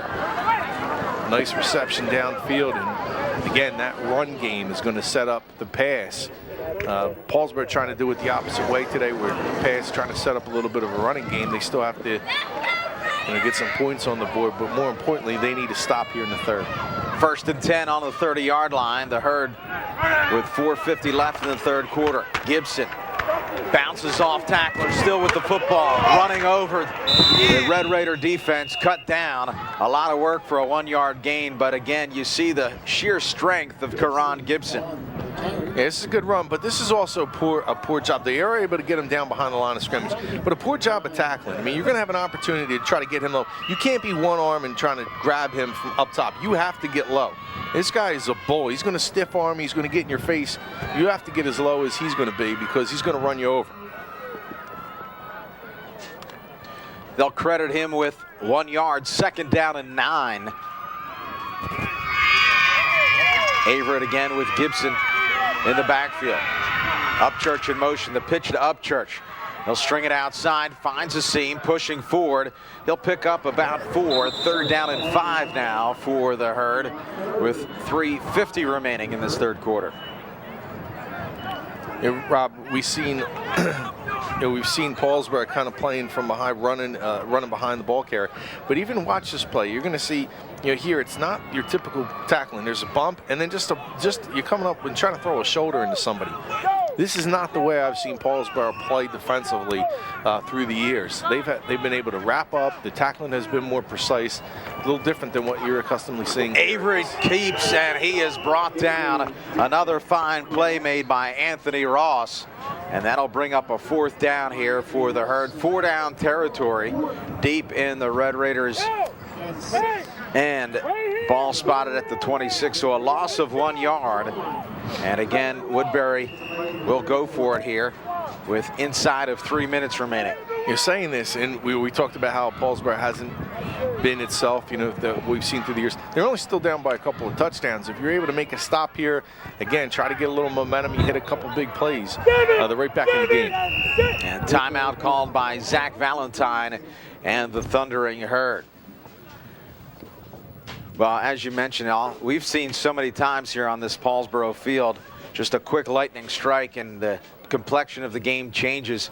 That's what Coach Glenn Howard is looking for at this point, and it's going to have to happen after a key 4th down play here for Woodbury. The Paulsboro defense, despite trailing by 14 points, they've played relatively well. They've had to overcome the turnovers. The first play of the game was, they're still kind of getting the sand out of their eyes. Other than that, they've held a very potent offense of Woodbury, and they're going to need to come up with a stop here. This game can change quickly. Well, what's interesting today, you might call this game a sloppy game because there's a ton of turnovers. But one thing's different. When these two teams, they haven't seen as much speed as an opposition from either side. So, the hits come a little quicker. That speed generates turnovers, and it's almost expected that you're going to see turnovers in a game where you have this much talent, this much speed on the field. Averett, they'll roll to his right, flushed out of the pocket. He's in trouble. Avoids 2 different tacklers, still on his feet. Averett finally brought down, and now we're going to have a penalty flag as well. It looked like it may be either a face mask or a hold. We'll see who this goes against. This will be a critical call. I think this is a face mask, and it might be, depending on what they call it. Well, Paulsboro has held Woodbury, but if the penalty goes against the Red Raiders, Woodbury will maintain possession.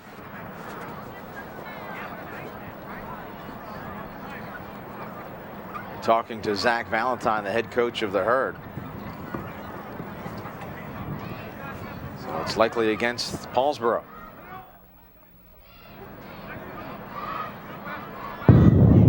We've got a 5-yard incidental face mask against the defense. Replay 4th down. So replay 4th down. They'll step off 5 yards here. Yeah, I don't want to keep on the phrase beating a dead horse, but again, poor tackling, poor execution, and that's a lack of desire. Actually, his knee might have been down back there, but which would have been a big play. I don't know if it actually went down, but it was close. But just the opportunities to make a tackle, make a play behind the line of scrimmage is not being done by the Red Raiders, and it's very atypical. Yeah, again, talk about the tradition here of Paulsboro. Try to take a look at the knee. Need someone to step up and make a huge play. A good job here to re-rack this and take a look and see whether Averett's knee actually touched. See his knee down right there. Nope. That's a good call. I tell you what, this has been a well-officiated game. That's difficult for us to know. So we just have to slow it down at that speed. You got to give sometimes the referees credit for what they do. Averett drops, has a man underneath, picked off. Paulsboro holds Brandon Keene with the key interception, and the Red Raiders, despite 5 opportunities for Woodbury, hold off the Herd offense. Again, somebody's trying to make a play and try to keep themselves into the game. That's what you're looking for from Paulsboro. That time, Averett is trying to get the ball to the outside on 4th down. Again, you have to do something on 4th. You need to try and make a play, so you can't really fault Averett there for releasing. The only problem with that, if Keene slips a tackle, he's going 6 the other way. or at least an opportunity. Averett may track him down. 1st and 10. Paulsboro at the 20. A handoff right up the gut, and there has been not much there all afternoon. That has not changed. A pickup of maybe half a yard. 2nd down as we approach 2 minutes remaining now in the 3rd quarter. Just kind of waiting for Tilden. There you see number 4. You're kind of waiting for him to break one. I mean, he's a kid that's had over the years huge plays, big plays for this Paulsboro team, and you're just expecting him at some point to break through that defensive line, get into the secondary, and use those wheels. Coleman, deep drop, eludes one tackler, and that play was quickly shut down by Terrence Tolbert. Tolbert, just one of the many burners on this Woodbury defense. And Tolbert, 5'8", 155 pounds, another senior. This is a senior-laden team, and a lot of people are saying this is a Woodbury team that's going to be have to be dealt with again this year with all the seniors returning. He did lose the quarterback, but Averett's done a fine job. That time Coleman with the release, but he's well covered downfield looking for his receiver. That's Kyrie Victor again. But this Woodbury secondary has blanketed the Paulsboro receivers. There has not been much room for Coleman to put the ball in, and really he's done a fine job. Coleman out of the shotgun and in and out of the hands of his intended receiver, Steve Warren. A tough catch, but a makeable catch. Warren stretched out across the middle. Coleman just a little off, and 3rd down and 10 now for Paulsboro. This is a game that this Paulsboro crowd is really not an opportunity to get involved in. They're looking for a big play. That time, ball thrown just a little bit high, but I think Warren could have came down with that one. Just sometimes you can't fault the effort. My mistake. 4th down. Macaron is forced to punt end over end, and this will bounce towards the sideline. A good roll for the Red Raiders. Out of bounds at the 46-yard line, so Woodbury will take over with excellent field position once again. Scott Chapelier, the Gloucester County Times sports reporter down there, you see him with the jacket. He had room to run if he was able to pick that up. We're going to take over 1st and 10 from the Red Raiders. He had a wall in front of him. So we affectionately know him as Chappie. Is he a 4'7" guy? He's probably a little. Asking if he's a 4'7" guy. I think he's a little bit taller than that. He's maybe 5'2", 5'3".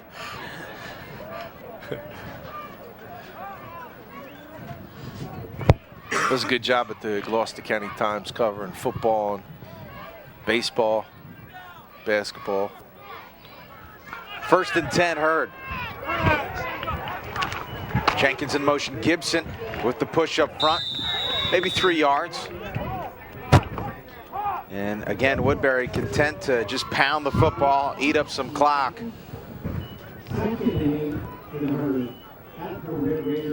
But I'd mentioned, again, Woodbury with coming off a championship, you have your quarterback that graduates.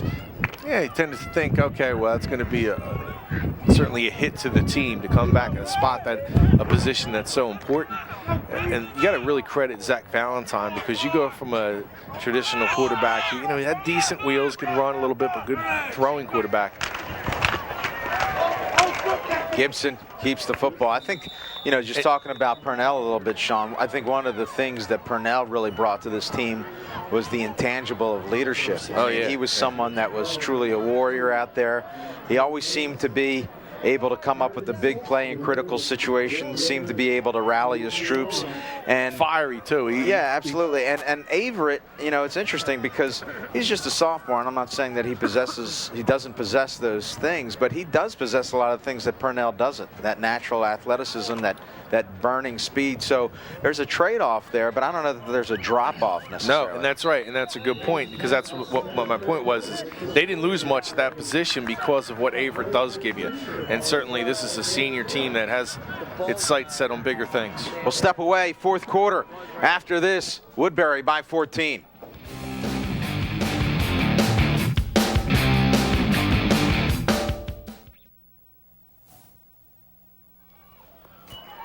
Welcome Welcome back. Averett on the keeper, strings it outside with room. Averett outside, down the sideline, unable to walk the tightrope, but a big pickup for the Herd. We're going to go down. And you're really starting to see the differences in these two teams. It looks like Woodbury is also just a more physical team. Watch Upchurch on this play, and also Tyler Jenkins. Watch number 22 come out and get this block to spring Averett to the outside. Blocked there by Upchurch, going to throw the man block. Now you're going to see here Jenkins comes in with a decleater, and these guys are just more physical at this point of the year. Obviously, with Woodbury up in front by 14, it's apparent on the scoreboard that they're just a more physical team, a little more quicker. I mean, it's not a huge gap, but they do have a little bit more of those type of aspects in the game: strength, speed, and the physicality of the game. Averett will hand it off to Gibson, and Gibson tackled from behind after a pickup of 3 or 4. That was a great look, though, Shawn. I mean, you saw the lead block of Jenkins and Upchurch, and you know, they really sealed off 3 defenders there and really allowed Averett to create afterwards. Hey, you still say, I mean, you look at Paulsboro's roster, they only have 11 seniors on this roster. There's a lot of young guys that come in. Still right now, a 6-0 record, you know, going into this one, you know, they could be looking at their first loss. There's still plenty of time to come back in this game. But there's a Woodbury team with a lot of experience, championship experience, and you got a relatively young Paulsboro squad. Gibson again. They'll bounce it outside. And Gibson just trying to bull his way forward. It's not going to work this time. They'll lose a yard on the play. And Gibson has had himself one afternoon. He's going to sleep well tonight. Well, he's not going to sleep well. It might be a little banged up. Say, man, that really hurts. I don't know if I could sleep on that. That was almost a mistake there, where they, you know, possible another fumble where they're trying to stretch the ball. They're able to execute the handoff. And then nice job by getting low. I mean, that's exactly what you want to show in the film room is, look, we got low on this kid, we stayed low, and we stopped him in his tracks. That's the way you handle a big guy. You got to get low on him. You try to go up top, you're just going to get run over. In motion, Upchurch. Upchurch staying on his feet, but nothing doing. Good pursuit on the play by Paulsboro's Eric McMullen. Upchurch able to turn it upfield and get back to the original line of scrimmage. This is what makes Glenn Howard such an incredible coach. Makes adjustments at halftime, is making sure now that his linebackers and corners are coming up. And you're going to see now that Woodbury is not coming to the line of scrimmage and turning upfield immediately. They're getting strung out and having to go parallel with that line of scrimmage. When you have that much speed on defense, those linebackers and corners, all you need is one guy to make that play go upfield. That time it was number 5 for Paulsboro, Eric McMullen, and Paulsboro is able to clean up on the play. 4th down, we'll call it 7. Averett has thrown once. He's been successful. He'll drop back again for his 2nd throw of the afternoon, trying to create, eludes one tackler. A lot of time now, and he has help. Averett into the open field. Averett still on his feet, down the sideline. And again, you see some of the explosiveness of the sophomore quarterback, Anthony Averett. With a guy like Averett, you can't over-pursue. He sees the opposite side of the field is wide open. Now watch Paulsboro on this play. They're going to commit to Averett going to that left side. Now you have nobody back on the right side. You got to make sure with this guy that you don't always try to over-pursue. There's too much space on that side of the field, and Averett, this is going to be easy for him to pick it up, make one guy miss. Just makes it look easy. And this kid, just a sophomore, it's going to become easier to him as he matures into that position. Well, that play's a backbreaker. Not only do they get a 1st down when it looked pretty grim, but they're going to be able to eat some more of this clock. 9:22 left. And the handoff to Upchurch. Upchurch will be brought down but stay in bounds. And that'll be, again, inside the 5-yard line. Well, it's been a 3-headed monster for the most part. Averett, Gibson, and this man, Marcus Upchurch. Well, it's just an explosion. Look at the line of scrimmage. Where's the line of scrimmage? It's downfield. Anytime you have that, a running back is going to be able to pick up 5, 6, 7 yards easily. Upchurch has been a force both offensively and defensively. 2 interceptions. And now Jenkins. Jenkins biding his time, and just not a whole lot there. And That'll bring up third down. Kind of interesting because they're running the ball towards the middle of the field, although well, they do not have great special teams play. Gibson does have the range to make a field goal from here. If they can kick a field goal here, provided they don't get in the end zone, that makes it a three-score game, and that really changes the complexion of the game. Well, that play shouldn't have gone in the middle of the field because Ty had room to the outside to prance into the end zone. He tried to cut it back upfield. You had 3 blockers to your right. If you use them, spring yourself to the outside, trust those guys are going to make the block, you probably score a touchdown there. Critical third down now, Averett, and they're going to call timeout. It'll be interesting here if Paulsboro can hold them. We have not seen a lot of field goals over the years by this Woodbury unit, but this may be one of those rare occasions. And you definitely would try it in this instance because you go up by 3 scores in the fourth quarter with only 8 minutes left. So I would be surprised if they didn't go for a field goal unless they're at fourth and inches from the goal. I mean, they might even kick it then, but I mean, it's an opportunity by going up by 3 scores that you probably would want to take if you're the coach.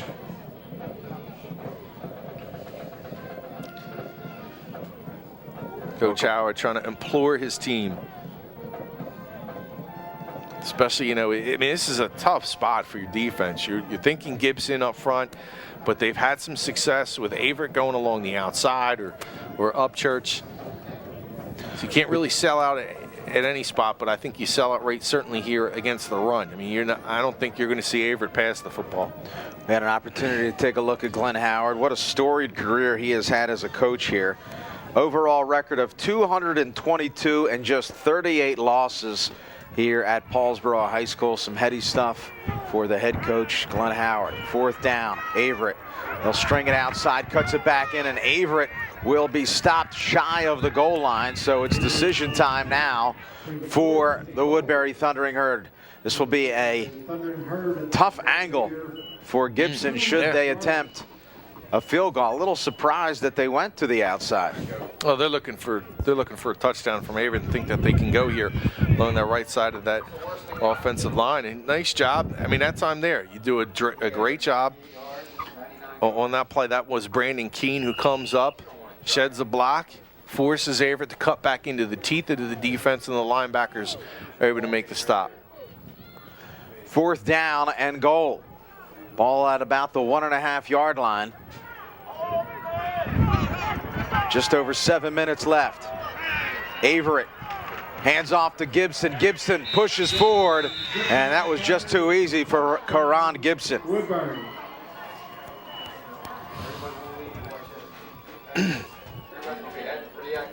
Well, if you're getting a chance or an opportunity on fourth down, you're definitely going to give it to the big guy.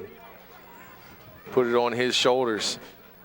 Nice job again by the offensive line, being able to get the push, and Gibson goes in once more. 7 minutes left here in the fourth quarter. 20-0, Gibson. 2 touchdowns, 2 extra points. He'll try to make it his 3rd extra point on the afternoon. The kick is up, and this one goes right. So 20-0. Woodbury on top. Well, if they could find Gibson something that he can do, I mean, he'd probably be a good football player. I mean, he's done pretty much everything else. Defensively, he's been terrific. I think the only thing he hasn't done is drive the bus over here. I think he actually did, if I'm not mistaken. He was in the driver's seat. He's been in the driver's seat tonight. Yes, he has. Today, he's just been fantastic running the football, but I think what also gets lost is the way he's played over the nose of the football on defense as well. No room up the middle for Paulsboro. And Rob, not only has he been a factor in the plays that he's made, but also in the game planning as well. You have Glenn Howard, who has really said, listen, we cannot run the football today in the middle of the field, and we're not even going to try to attempt it.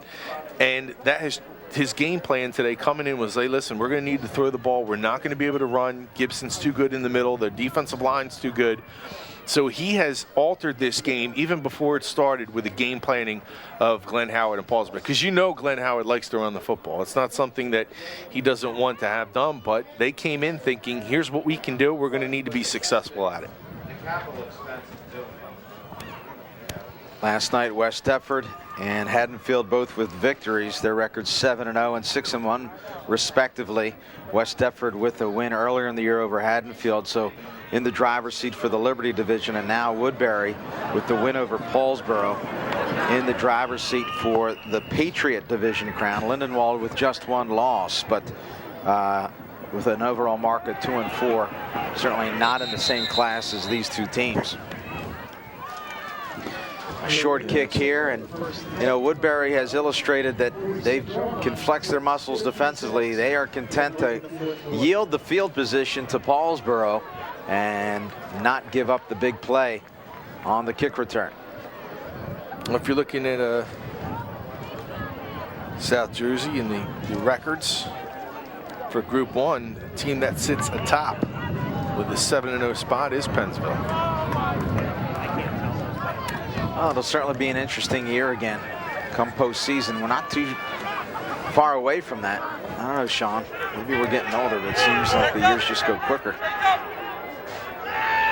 Some of us are young, and the year just seems to slow down for some of us. Coleman is sacked. Karan Gibson, as if he hasn't done enough today. Like I said, if they could find a position for this kid, he might be. I think he's played every position special from the looks of it. And there may be more than one number 9 out there. Second down and 16. Coleman, deep drop, and again, getting pressure. Coleman eluding tacklers, and he does a yeoman's job just to get back to the original line of scrimmage.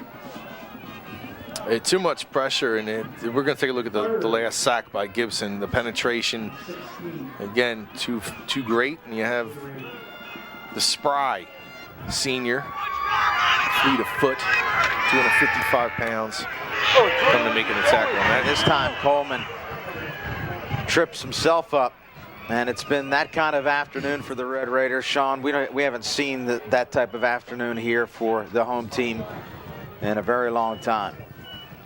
Yeah, and Rob, you know, coming in, usually when I come to Paulsboro, there's a sense of, you know, it's just, you know, we're going to win this game. You know, we feel really good about it. You know, joking around, having as if fun. The outcome is predetermined. Yeah, like, and Coleman again on 4th down is sacked.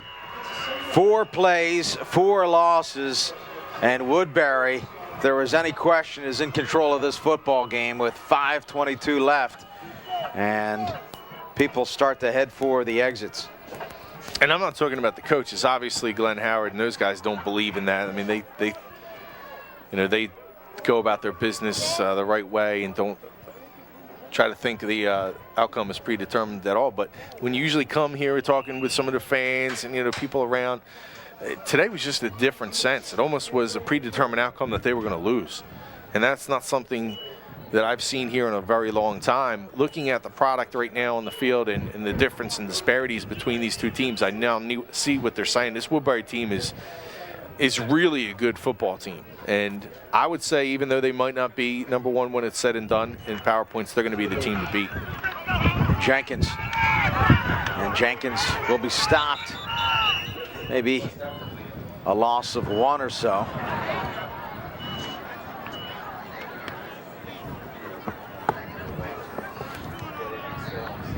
Now you're going to just get a heavy dose of Upchurch and Jenkins and Gibson, Averett.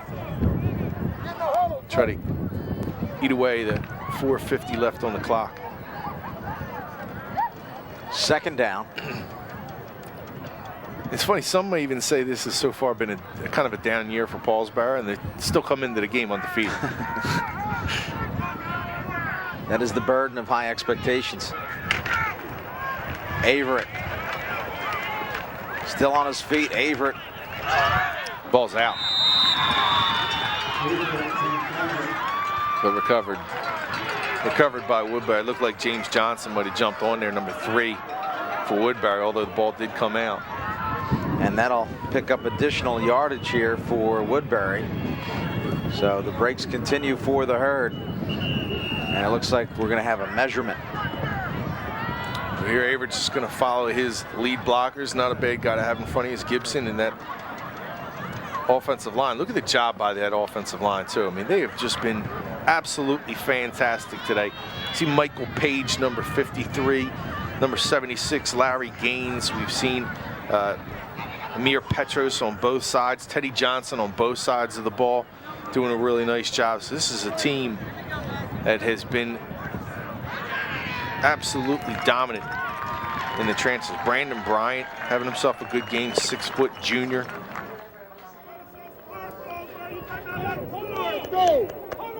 There's some big boys down there. Again, Teddy Johnson, 6'1", Petrus at 6'5".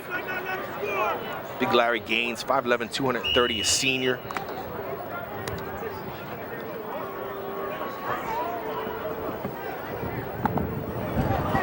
First down at 10, inside of 4 minutes remaining. It's been all Woodbury, 20-0 from the opening play. Anthony Averett broke it open. 82-yard touchdown run, and Woodbury has never looked back.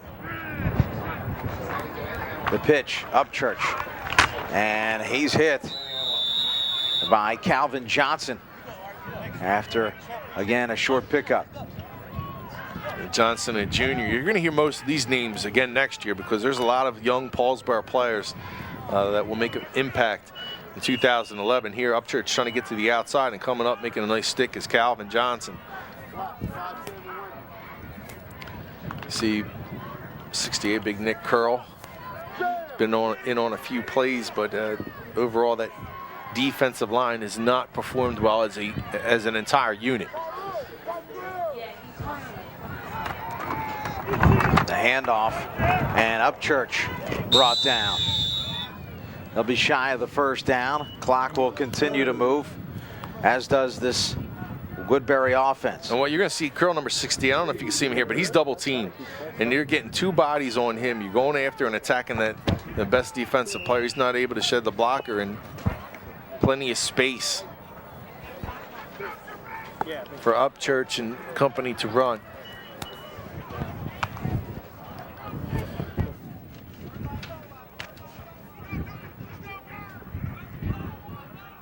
Third down and 3.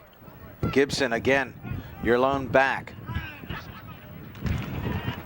Jenkins on his feet, driving forward. He'll have enough for the first down. I didn't mention Kyle Gatlin as well. Gatlin along that offensive line, 6'2", 272, a guard. Number 74, you see him there on your screen. Give some of the big fellas some mention. We've been talking Anthony Averett and Karan Gibson all game, but those guys have no chance of getting their jobs done unless up front the big fellas are doing their job.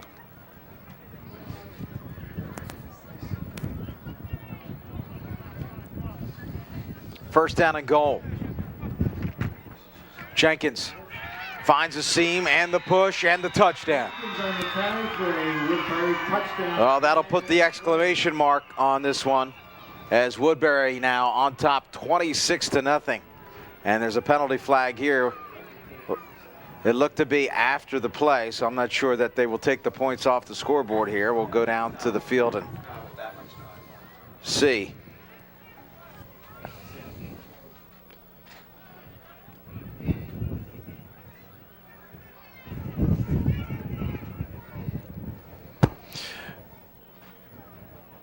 And you could say, too, that Coach Valentine, let's get the call here on Sportsmanlike on Woodbury. You can say Coach Valentine has all this talent to work with, but he came in with an excellent game plan of making sure that they were going to use, especially not so much, I mean, the offensive end, he did a fine job. We got a dead ball, unsportsmanlike, on the offense. Touchdown stands. Penalty will be assessed on the kickoff. Take Natural Talent alone with mismatches along the defensive front with Karan Gibson. But the defensive ends have done a fantastic job, as you see Jenkins plow his way into the end zone. But I think really coming into the game, and what he talked about to us in pregame was, hey, listen, one of the things that are going to be key is our defensive ends, getting upfield and not allowing Paulsboro to try to stretch the ball to the outside. We've seen zero big plays along the outside, and that has really been the shutdown play from Teddy Johnson and Petros, not allowing any plays to get to the outside. Gibson's kick again looks like a screwball, misses right, and 1:33 left, 26-0. Woodbury, who again now in the driver's seat for the division title. I mentioned Zach Valentine, but his assistant coaches, Butch Gale, Jeremy Landis, the younger brother of Pat Landis, who is now coaching over at Gateway. Two of the good young coaches, two brothers, two of the good young coaches in Gloucester County. Al Malahan, who has a lot of ties in Colonial Conference, I think was at a Haddon Heights at one point. Brian McKillop, Jimmer Bundy on that staff. You talk about Karan Gibson, and Bundy is the name I brought up in the pregame, and Jimmer Bundy was a huge name, a huge back. Went here at Woodbury. Willie Murray, who's been a fantastic coach over the years for Woodbury, kind of an icon there, and Anthony Reagan. A pretty good coaching staff over the last 2 years of putting their teams in position and utilizing the talent. Pick up a couple of championship last year and on a run this year to try to get a second. This is a team that knows something about championships over the last year. Woodbury squad in football won the Group 1 title. In basketball, they won a group title, and they won a state title also in track and field. Karan Gibson will come out to kick it away. Gibson has, again, been quite a force. He is a senior. You talk about Woodbury will be a team to be reckoned with for the foreseeable future. They will certainly miss Karan Gibson, who has undoubtedly left an impression on Paulsboro this afternoon. They'll miss a bunch of guys. There's a few seniors on this roster that it's going to be tough to replace next year. The line drive kick taken at the 28-yard line and returned to the 47. Paulsboro will have good field position here with just 85 seconds remaining in this fourth quarter. 26-0. Woodbury on top. Again, they have suffered just one loss, that to West Deptford. Cherokee last night. Arguably the top team in all of South Jersey. Once again, having their way with another opponent. They were chosen by most people to be the prohibitive favorite as the #1 team in South Jersey, and that certainly hasn't changed as they beat up on a Clearview team by the score of 43-14. Yeah, well, in my opinion, Cherokee is the #1 team in South Jersey, and then there's the rest. Coleman, and that falls incomplete over 3 outstretched arms owned by Herd players. One of the games I thought that really jumped out at me is also Washington Township beating Penn Saucon. I think that was a huge win for the Minutemen as they've trying to turn their season. They had some really terrible losses, but to come back and beat Penn Saucon, who at the time was 5-1. It's a good win for Washington Township, and Charlie Huff, a 3-yard touchdown for Washington Township. Coleman has his man, and he is stopped inbounds just shy of the first down. It looks like at the 45-yard line. Clock will continue to move. Paulsboro in the hurry up. Coleman with time, now flushed out of the pocket. He'll go forward, and he looks like he'll have enough for the first down. No indication thus far.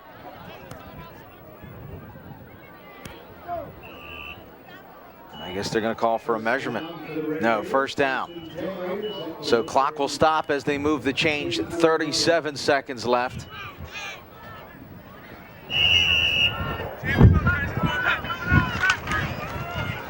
Coleman again. Gibson. Karan Gibson slinging Coleman down to the ground. And And fittingly, Gibson may have the last say in this football game. And we get too many opportunities to talk about other sports. We focus a lot on football here on Channel 5, but we wish all the kids good luck as they prepare for the soccer playoffs, field hockey playoffs coming up, volleyball. Coleman flushed out of the pocket, has a man, and that falls incomplete. As again, McMullen, as he tried earlier, trying to catch the ball with one hand inexplicably, and the ball falls incomplete. 0.8 seconds here, one more play. This one, we'll have post game and a wrap.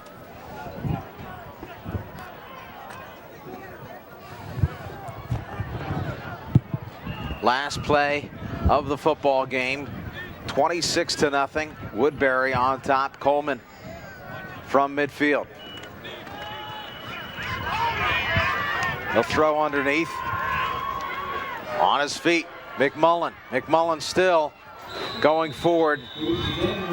He'll pick up a sizable chunk, but far too little and far too late, as the Woodbury Thundering Herd are victorious against their arch rival, the Paulsboro Red Raiders. The final score, Woodbury 26, Paulsboro nothing. Stick around, we'll have post-game interviews and a ref right after this.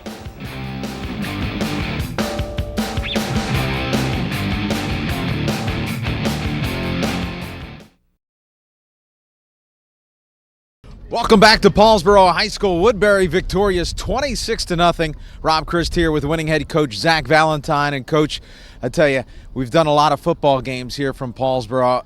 I can't recall a time when Paulsboro has been dominated. You've really taken control of this program, put it into the driver's seat, and you have to be the prohibitive favorite heading into the playoffs. Well, you know, right now we're playing pretty good football, and that's what we want to do at this stretch of the season.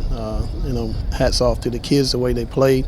And you're right, it's a lot of great tradition here in Paulsboro. I mean, I'm pretty sure they're going to be a very good football team, and are a very good football team, and they're just going to get stronger as well.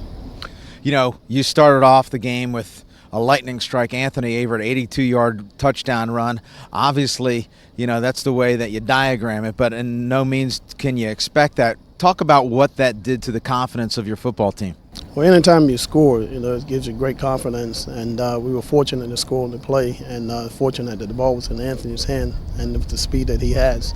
You know, it's just good to see that we finally, you know, have plays that and run plays, and the kids go out there and do the things that they need to do in order to be successful on that play, in order to score. You know, you look for a positive yardage, but when it's a touchdown, it's a great thing. When you see a team dominated like Paulsboro was today, obviously you have to credit not only the coaching and the scheming, but the talent on the field. What's been the difference in the last couple of years with this Woodbury football program?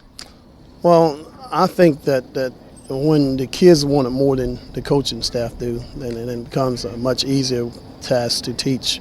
They came out here and they did what we asked them to do, you know, not to take anything away from the team that Glenn has, because, you know, this is a very good football team also. But we were just fortunate to get some plays today, and fortunate to get some pass rush on the passer.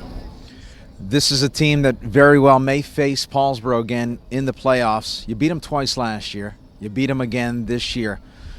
How much of an edge does that give you in terms of the mental aspect? When it comes to Woodbury Paulsboro, you can throw records out. It doesn't make any difference who's won the first game or the second game, or if you may play them the third time. It doesn't matter. All those records and all those things, those games you previously played, doesn't make any difference. It's just that you know that you're going to go up against a team that's very well coached, a very well disciplined football team, and you have to be ready for that.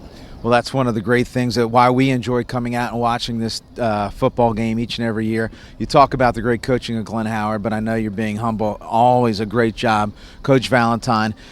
Our Shawn Leary's with some of the players from today that had a huge impact on this big victory by Woodbury. Shawn? Yeah, we're with 3/4 of the defensive line. We let Amir Petros, he's with the print media, a couple guys interviewing for him, so we're going to let him go. But I'm with one of the prettier seniors on the team, Teddy Johnson. And Teddy had a terrific game as a defensive end. Teddy, Yeah, I talked with Coach Valentine before the game, and he said, we really need big play from our defensive ends to negate the speed to the outside line. You needed the push. How much was that emphasized during the week? Oh, definitely. We worked hard. We knew that our defensive line was going to control the game, and our defense was going to control the game. There was 0 points on the board, and that's what we had to do. We knew they had speed around the side, but we didn't let them get out that much. So it's pretty solid. How big was the touchdown to start the game? That has to put a little ease on the pressure of everybody when you're able to score right away and get that lead. Yeah, it feels good, but you know what? One score isn't enough for us. We keep pushing and pushing and pushing like it never happened. We keep moving, and we try to get as many points on the board as we can. Well, congratulations to you. Terrific game by one of the defensive ends. Here, Larry Gaines, the right guard, and also defensive tackle for Woodbury. And you had to go up against Curl a couple times and match helmets with him. He's a pretty big boy. I mean, tell me about that matchup and hit him throughout the game. Hey, it was a tough one, but Coach said our batter in front of us always push us, and he pushed me, and I beat him up and got him. But it was a good one. He was a tough guy, but good confidence to him. He's a good guy. You guys were absolutely terrific and dominant on the defensive and offensive lines. A lot of people came in and say lose Brian Purnell. How they're going to be able to get back. But really, the heart of this team is really in the trenches. Do you agree with that?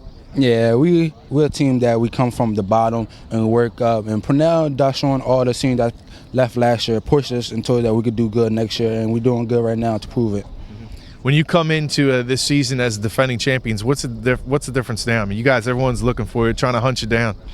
The coach says it's like a target on our back, so we just keep running, keep hitting, and to be a good season this year. Well, best of luck to you. Terrific game by the defensive line. Yeah, a lot of people think of you as a big fullback, Bull, as we call him, as we know him now. Since me and you are buddies, I can call you Bull, right? Yes. It's Karan Gibson, who is a fullback for the team. And also, maybe people don't realize how good a defensive tackle you are, but maybe even more dominant on the defensive side of the ball. You really stuffed the middle. And you look at what Paulsboro did. Their game plan wasn't to come in and even try to run at you at all. Were you surprised they didn't even try to run? No, I wasn't surprised, but I wasn't surprised. I just knew I had to get what I could get out there and hit them, hit the guys I could. I knew it wasn't coming to me a lot. You've started now for 4 years. You have 9 seniors on this team that start for this club. You bring a sense of leadership that I'm sure guys will look up to you and say, hey, listen, how's this get done? How can we win another championship? Do you feel that responsibility on your shoulders? Yeah, of course I do. It's like I came in this season and I felt I had to be the one to lead the team because I've been doing this for 4 years. I felt like I had to do it, like it came automatically. We've seen some big backs at Woodbury. Chris Presley. I talked about one of the coaches that's on your sidelines now, Jimmer Bundy. And, what's he talked about, with you and some of the things that he's tried to teach you? Always keep my legs moving, use my forearm, use like my arms, different moves I can use, and just run hard, lower my pads, all different things like that. You use your forearm a couple times. I've seen a couple guys fly 5 or 6 yards after you hit them with that big forearm. Well, Bull, congratulations to you. Best luck to the rest of the season. I know there's plenty of work to be done to defend that South Jersey championship. Thank you. Yeah, you had to look at these guys. It's fun to interview the offensive line. I know there's a defensive line or offensive line. Those guys don't get a whole lot of love usually in the papers, but they get an opportunity to say some good things about themselves and each other and the team. This is a squad, again, when you look at the playmakers, Anthony Averett's terrific at that quarterback position. You say a lightning rod. I mean, he certainly is with that speed that he possesses. And you have Upchurch, Karan Gibson in the backfield. But really, I think the heart and soul, the backbone of this team, and whether or not they're going to have success throughout the playoffs is really the offensive and defensive line. A dominant bunch. I don't know if in Group 1 you're going to find a better group than that, and that's going to be tough to overcome if you're Pennsville, Glassboro, Paulsboro, anybody in that field. Well, you're absolutely right. And again, you mentioned those 3 other teams. Those are the 4 that you're probably looking to when it's all said and done, depending how the brackets come down, but probably your 4 semifinalists. And, again, we talked about this before. I don't recall seeing an opposing team have such a dominant performance on this football field in all the years we've been doing football here. So I think that speaks volumes about what the coaching staff from Woodbury has done and the amount of talent that is on the field for Woodbury this year. They have to be the prohibitive favorite. Oh, yeah, there's no doubt. I mean, what you were able to see, and again, 9 senior starters. that's an intangible you can't replace. When you have guys, these guys are extremely hungry for a second championship. Usually, you get one and you're feeling a little bit excited.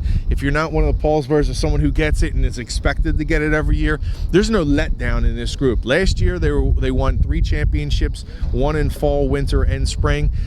It looks like they have that same feverish attitude of, listen, we want another one. We want to defend. You could see it in the way they talk with each other, the way they say things, and I think they bought into it to say, listen, we're not going thinking down the road. It's just whoever's our next opponent, we want to beat them up. Paulsboro is not a team that goes out and does a lot of talking, but rest assured that when Glenn Howard has this team ready for next week, they will be just that, ready.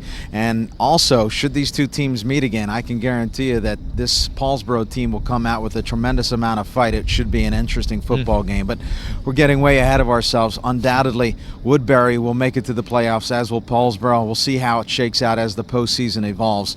Once again, the final score here from Paulsboro High School. Woodbury with an impressive win over Paulsboro, 26-0. in a key Colonial Conference matchup. For my partner, Shawn Leary, my director, Stan Ritter, and our fantastic crew, I'm Rob Christ. Thanks for joining us. Good night, everybody.